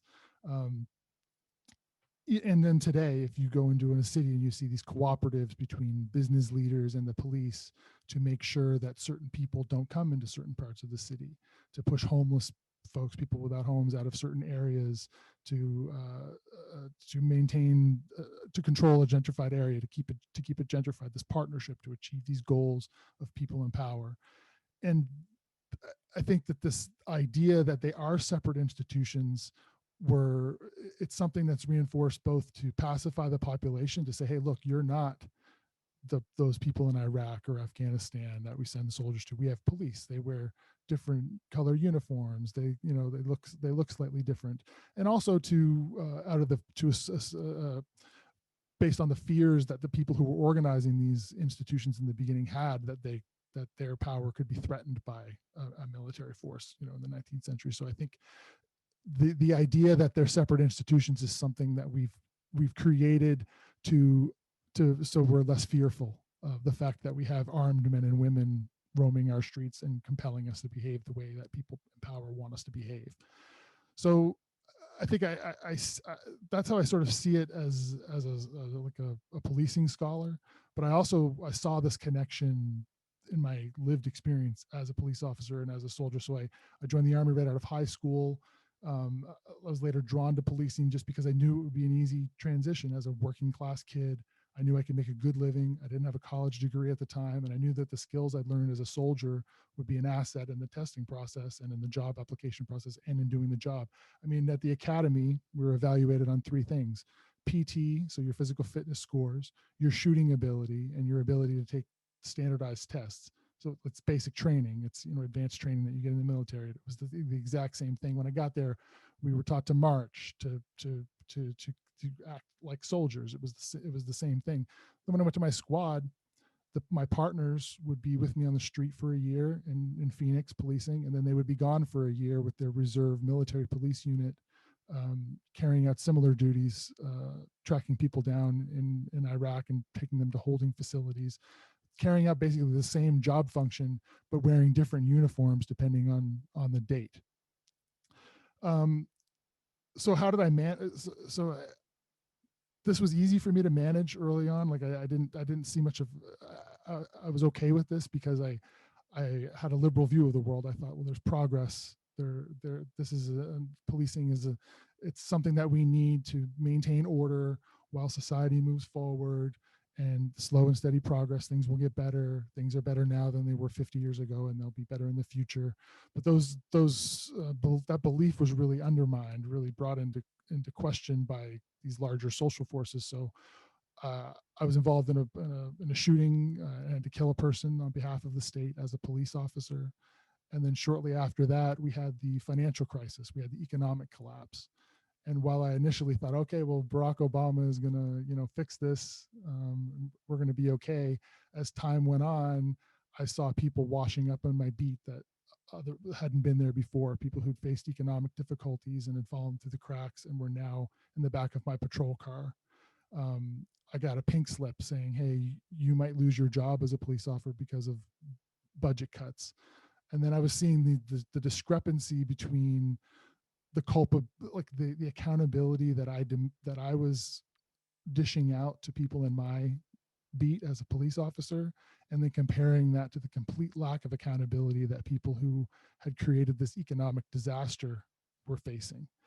And, after an extended period of time, it became difficult to balance these two positions. A person who was carrying out the responsibilities of a police officer and enforcing that monopoly on violence for the state, and someone who at the same time was developing these deeper and deeper questions about, is what the state is trying to accomplish, is it just, is it valid, is it something worth defending and supporting? And after a certain point, having taken a life for the state and then seeing this failure exposed through the crisis and the Occupy movement and the fallout of the financial crisis really brought it into question to a level where I just couldn't do it anymore. It wasn't something that I was willing to do anymore. So I decided to leave, and now am trying to identify ways to reduce the use of violence by the state, and try to leverage my experience and the moral injury that I suffered and turn that very negative experience into something positive. So that's kind of where I am now. And I am worried because I'm not sure. I see two roads we can go down. One road is where we try to fix and demilitarize our police and think of them as something that we just need to turn the clock back on, when in reality, sending out a crisis team instead of a police officer is not the solution. The solution is not having a person in crisis in the first place. It's making deep investments in institutions to control people with soft power. It's creating culture, creating spaces where people can thrive and have opportunities, so that they're drawn in and engaged and not left, poor and without hope, and washing up in the back of a patrol car. So I just don't, I want us to depolice, but I don't think we can depolice by just creating a new institution. It needs to be deep investment in creating real solutions, that it's an intergenerational project. So I want to thank you again for everyone for allowing me to speak here today. And thanks to the Pat Tillman Foundation for supporting my research. I wanted to give them a shout out. So that's why I have the banner. So thank you guys. Thank you, Tom. Thanks, Josh, Francisco. Thank all the panelists. And, I'm going to turn it back over to David Zeiger or David Cartwright here in a second to talk about the next steps, to see what we have time for today.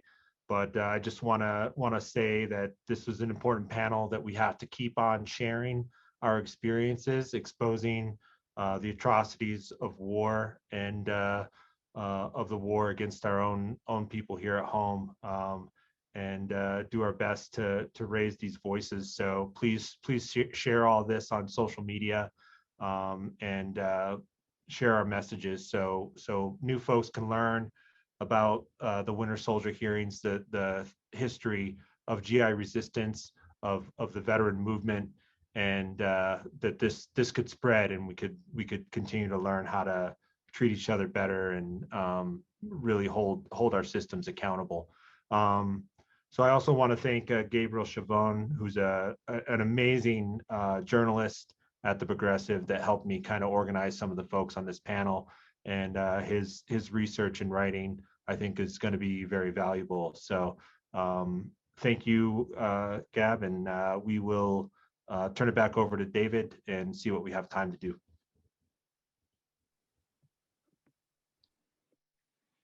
Okay, thank you very much, Garrett and Adrian and the earlier panels. Really powerful testimony that you've provided. I think all of us now can be on screen in our group, and many questions have come in from our audience, and it's hard to organize it, but what I thought I'd do is group some of these questions and ideas that have been communicated through the question and answer and pre-submitted questions from people who registered. And what I'll do is maybe direct it at one of you on the panel, but then others can feel free to jump in. So let's see if we can make that work for us.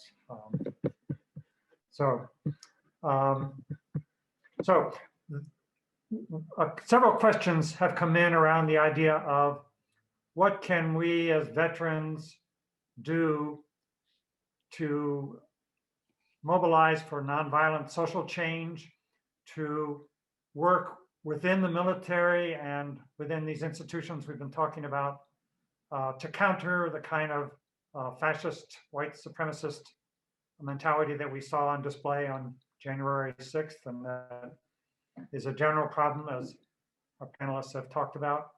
I know there's already a lot of program work underway, but how can we as veterans and as former police and border guard members engage more effectively? What do we need in order to begin to change these institutions in more fundamental ways and build a better consciousness for justice and peace within the military, within the police and the border guards? So that's a very big question.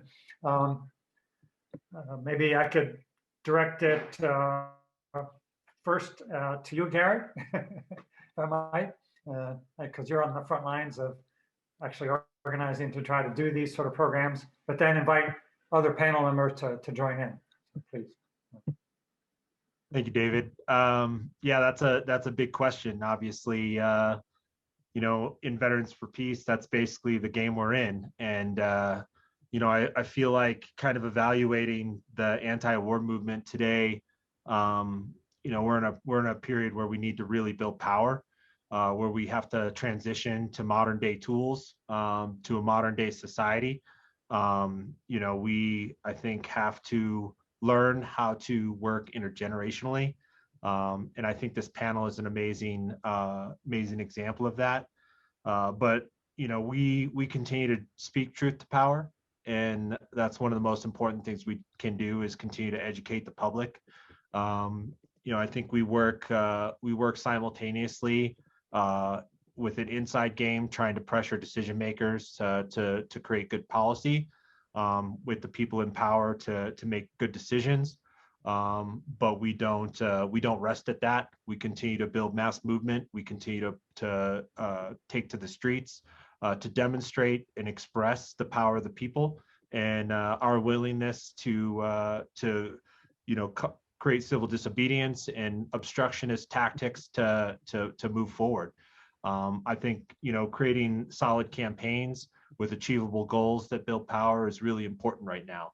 And we've kind of gotten into a habit, I think, in the anti-war movement to be a bit reactionary and to have one-off demonstrations that are mostly, you know,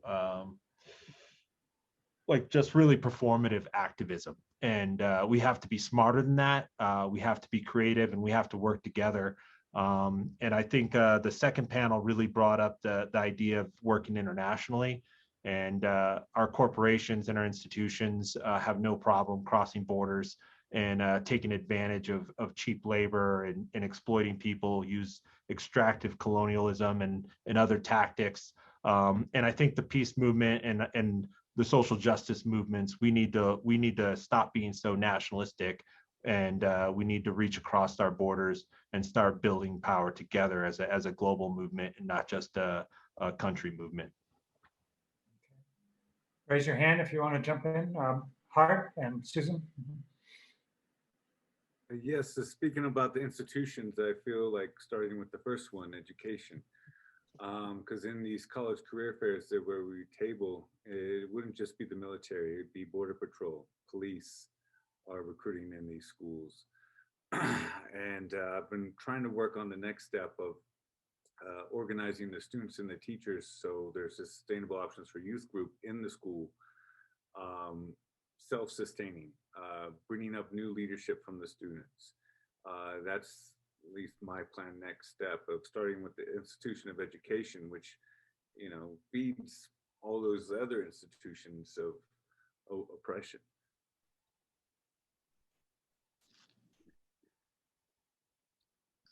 Susan? So thank you. So I was going to say, okay, one option you all have is to join Veterans for Peace. We have major programs and projects throughout the country on a number of different issues. So whether your issue is, do you want to go into schools and do you want to talk about peace and social justice from the perspective of somebody who was in the military or somebody who is a veteran? Do you want to talk about a national project? One of the projects, as David mentioned earlier, that I work on is continuing to reconcile former enemies, to reconcile those folks who are in Vietnam with American veterans on a project regarding Agent Orange that was used in Vietnam 60 years ago, that continues to harm the people in the land, both the people in Vietnam as well as those who were in Vietnam and as well as their children. So we have lots of opportunities, both for education in the schools, to put speakers into both high schools and colleges, and to do so either through a national coalition or a national organization. And I would say that's kind of part of why we are here today, to talk about organizing. I am one of those old-fashioned organizers that used to go in person. Today I hear Garrett, you know, we do a lot of things in social media, but because we have social media, we have an opportunity to reach out further and stronger than we ever have before. And we need to figure out how to use it. Today in the pandemic, I feel like we were given an opportunity to say any one of us can appear in person in a schoolroom or in an organizational setting with a project that we're working on. So for all of you who are here today, check out our programs. You may find something that you're interested in working on, and I'm sure we'll be able to accommodate. Always looking to kind of expand our resources and talk to the issues that you heard from most of us today. Thank you. Thomas? Yeah, I just wanted to talk a little bit about moving forward and policing, and I think we're in an opportunity. There's an opportunity right now that I've never seen in my lifetime for change, and where this incredible social movement has developed, especially since 2014, the Black Lives Matter movement, where it's really pushed the discourse, the popular discourse, in a direction where we have a space, an opening to reconceive of, to rethink how we build public safety in America, where it's not just with the stick, where we send police officers out to compel behavior, but where we build institutions that support people to as a way to create public safety. So investments in investing in the medical care system, mental health care treatment, ensuring people have jobs and or living wage available to them. We have an opportunity to use this movement to push for those things, but I worry that if we fail right now, and we have this increase in the homicide rate in several cities across the United States and this increase in crime, that it will be pinned on depolicing when it really was not an effective effort to depolice. you can't just say we're going to depolice and use the rhetoric and then not follow through with the programs and services and building the infrastructure that's required to achieve public safety. And if we don't, it will re-legitimize the use of state violence as a tool to control people. Just like the riots in Washington when the attempted seizure of the Capitol, their reactionary forces are going to benefit from events like that, from failures on the part of the left to organize and make progress politically. So I see this as an opportunity where real blood, sweat, and tears have been used to create that opportunity, and we better not screw it up because it will benefit reactionary forces in this country. Yeah, if I could just press this point a little bit further, we had this movement past summer, unprecedented movement in American history. More than 20 million people came out to protest for Black Lives Matter, and a lot of white folks, mostly white folks in those crowds. And the potential for creating change was huge. But now, we all mobilized around the election, got Trump out of office. And while I wouldn't agree with those who say that the Democrats are just as bad, not by any means, the fact is people are not mobilizing, and we need to be. And the right wing and the neo-fascists and others are mobilizing. But where are the people now when we need to take these issues to the community levels? So there's 18,000 police forces across the country. Every town, city has a police force. Every town has these social problems. How do we take some of that energy that was out there in the streets last summer and apply it in our communities to really bring about these changes? And I worry that we're not, I'm sorry, but I just worry that we're not capable as a society right now of doing that. And that would be a terrible tragedy. I'm not sure. I hope we are, but it doesn't seem like it's happening to the degree that it needs to. Mm-hmm. Yeah. Barbara? Mm-hmm. Yeah. I think, using film and speakers are very important because it starts to make things intimate and it doesn't let people forget what people have done, what they've gone through, and what they're going through now. And I think that's a very key way to start to get people to continue to keep thinking. Mm-hmm. Yeah, Francisco. Yeah, I think this is an important point. I mean, it's funny to say this on a panel with so many of you who've been in this game for so long, organizing, advocacy, activism.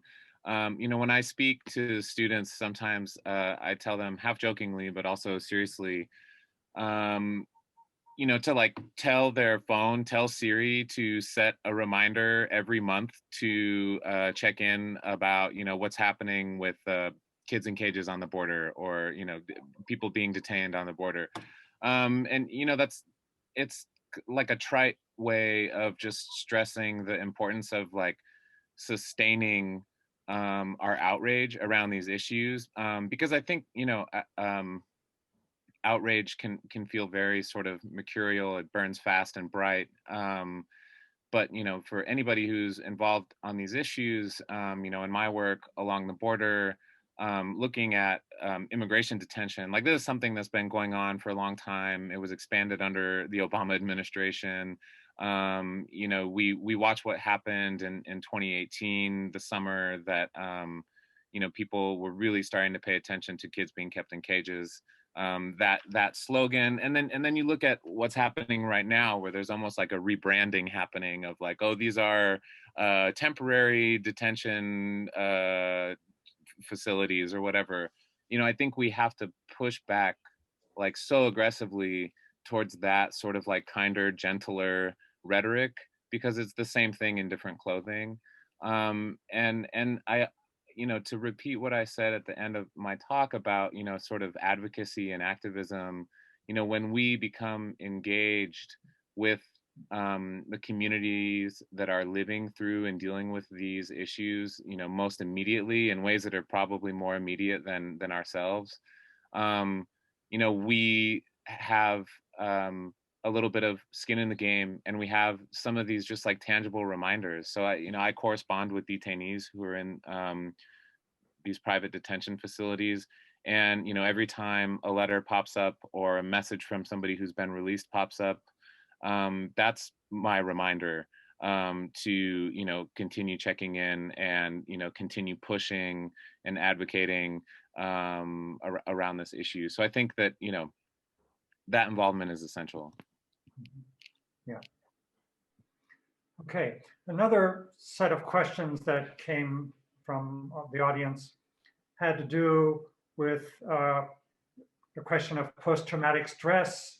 Several of you as panelists talked about moral injury and the tragic high rates of suicide among so many veterans and of high rates of disability from post-traumatic stress. And I think, Francisco, you said that, by showing up in the streets and demonstrating, you're trying to address your own feelings of maybe some guilt or not wanting to have be an agent of violence for oppressive purposes. So the question is there a relationship between the commitment to activism and social justice and our ability as veterans and former service members to withstand these pressures that come? The moral injury is a reality that comes with serving in these dubious causes. And so can we actually help ourselves and other veterans to the degree that we are engaged in social activism? Is there any relationship there? Adrian? Yeah, after I got out of the military, I went back to school and eventually became a counselor with the VA and worked for the last 5 years of my VA career at the Vet Center in Vermont. And this was around the time I'd been a peace activist by then for 12 years or so. But I would say that number one, like having that openness. So anybody who has gone through the military and has this awakening that their experiences conflict with their own set of moral values, like that acknowledgement, that ability to acknowledge there's a conflict there is tremendous, because so many veterans that I saw were so angry, but they couldn't describe why they were angry. They couldn't stand the way they were used in Vietnam. They didn't appreciate seeing their friends die from Agent Orange exposure, but yet they still felt beholden to support the idea that the United States is some fantastic country and that the military can do no wrong. And so to have that awareness that is kind of like moral injury, that you can acknowledge that your experiences have impacted you and that it conflicts with something in your head, and to be able to be aware of that and then to get involved in activism, for me and so many other people, it definitely was like it helps. I think it's probably the best thing that I have ever done in terms of trying to reconcile my experiences in the military and what I believe that my service led to in terms of deaths of other people around the world. So I believe it is incredibly powerful, but it's not, unfortunately, there is no like one thing people can do to, everybody is different. And I've seen people in activist circles who were overwhelmed by their PTSD. And, we have lost so many members of Veterans for Peace and Iraq Veterans Against the War to suicide. And so I think that just maintaining a vigilance of each other in that community. And I don't know, it's a very great, interesting question. And I think about that a lot because people don't often think of self-care as getting active and working for social justice. Sometimes, a lot of times people will be like, it's taking a bath or, aromatherapy or something, but engaging can be some of the best self-care that is out there. Others want to comment on that? Yeah, Hart. Mm-hmm.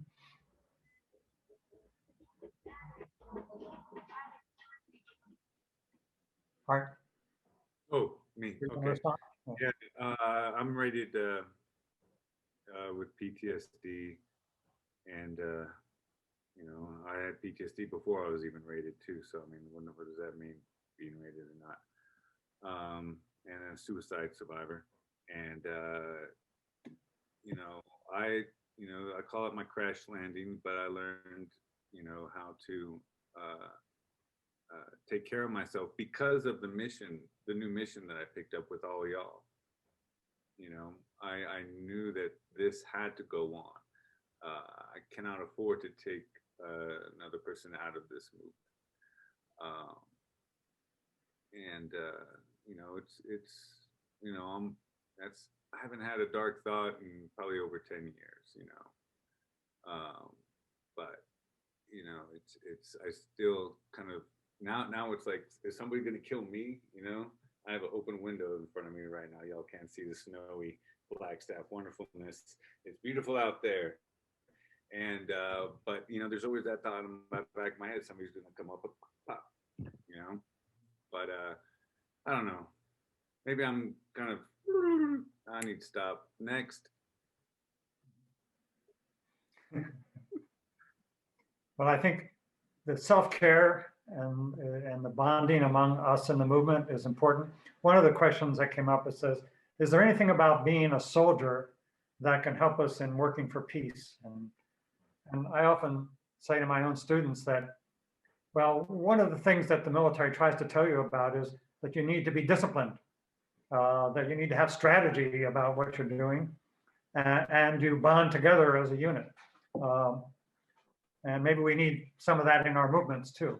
And we need to be caring for each other and supporting each other through the difficulties of organizing, because it is tough. There's so many times when you're beating your head against the wall and the adversary is not listening, and changes come not very often, and sometimes they're not even recognizable until much later. So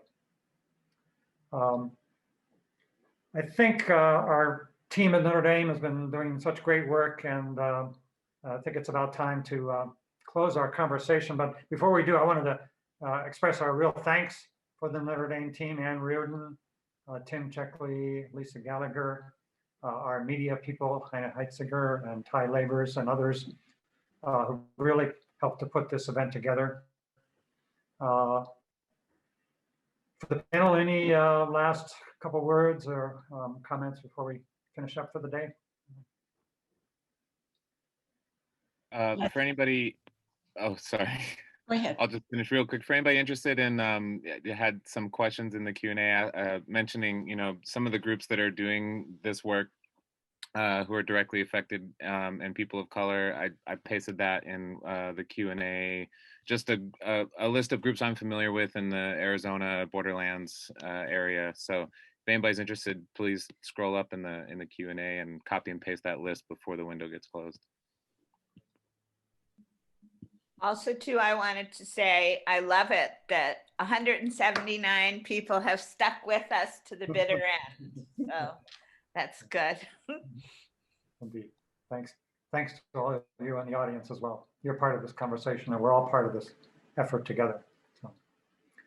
And thank you, David, for pulling us all together to have this intergenerational representation this afternoon. I think it's important to have heard all of our voices, to learn from each other, and to move ahead, to organize together, and to keep on our work for peace and social justice. It was wonderful to hear everybody this afternoon. Thank you. I'd just like to, if I may, do a little bit of a plug here for the films that are out there. There's people have mentioned Sir No Sir, and also there's a film FTA, which is the Jane Fonda, Donald Sutherland tour, performing for GIs, anti-war GIs around the world in 1972. These films are being re-released, and they're going to be available by Kino Lorber. And there's other, I know that Winter Soldier is still out there. It's available. Actually, if you go to my website, Displaced Films, we sell DVDs of Winter Soldier, and also the film about the Iraq veterans uh, Winter Soldier, This Is Where We Take Our Stand, that's also available. So all of these resources are there. And I think, David, maybe you could mention also the book that was recently published by David and Ron Carver. There's a tremendous piece about the GI movement during Vietnam. Just quickly, Milestone Films distributes Winter Soldier. And we also did films on the medals, throwing away of the medals, and so many. So. And Dave, Joe. this is Joe. Mhm. I really want to thank you for having this program. I think it's really been, a real needed contribution for a wide-ranging discussion. And anyone that does read that New Year's statement by Bob Avakian and wants to get in touch with me, you can reach me through Dave Cartwright. Thank you. All right. Well, thanks again to everyone. We'll send around a mailing to everybody who participated and registered with some of these resources that we've been all talking about. So thanks again. The struggle continues, and best wishes to all. Have a good evening. Love y'all. Peace. Love y'all.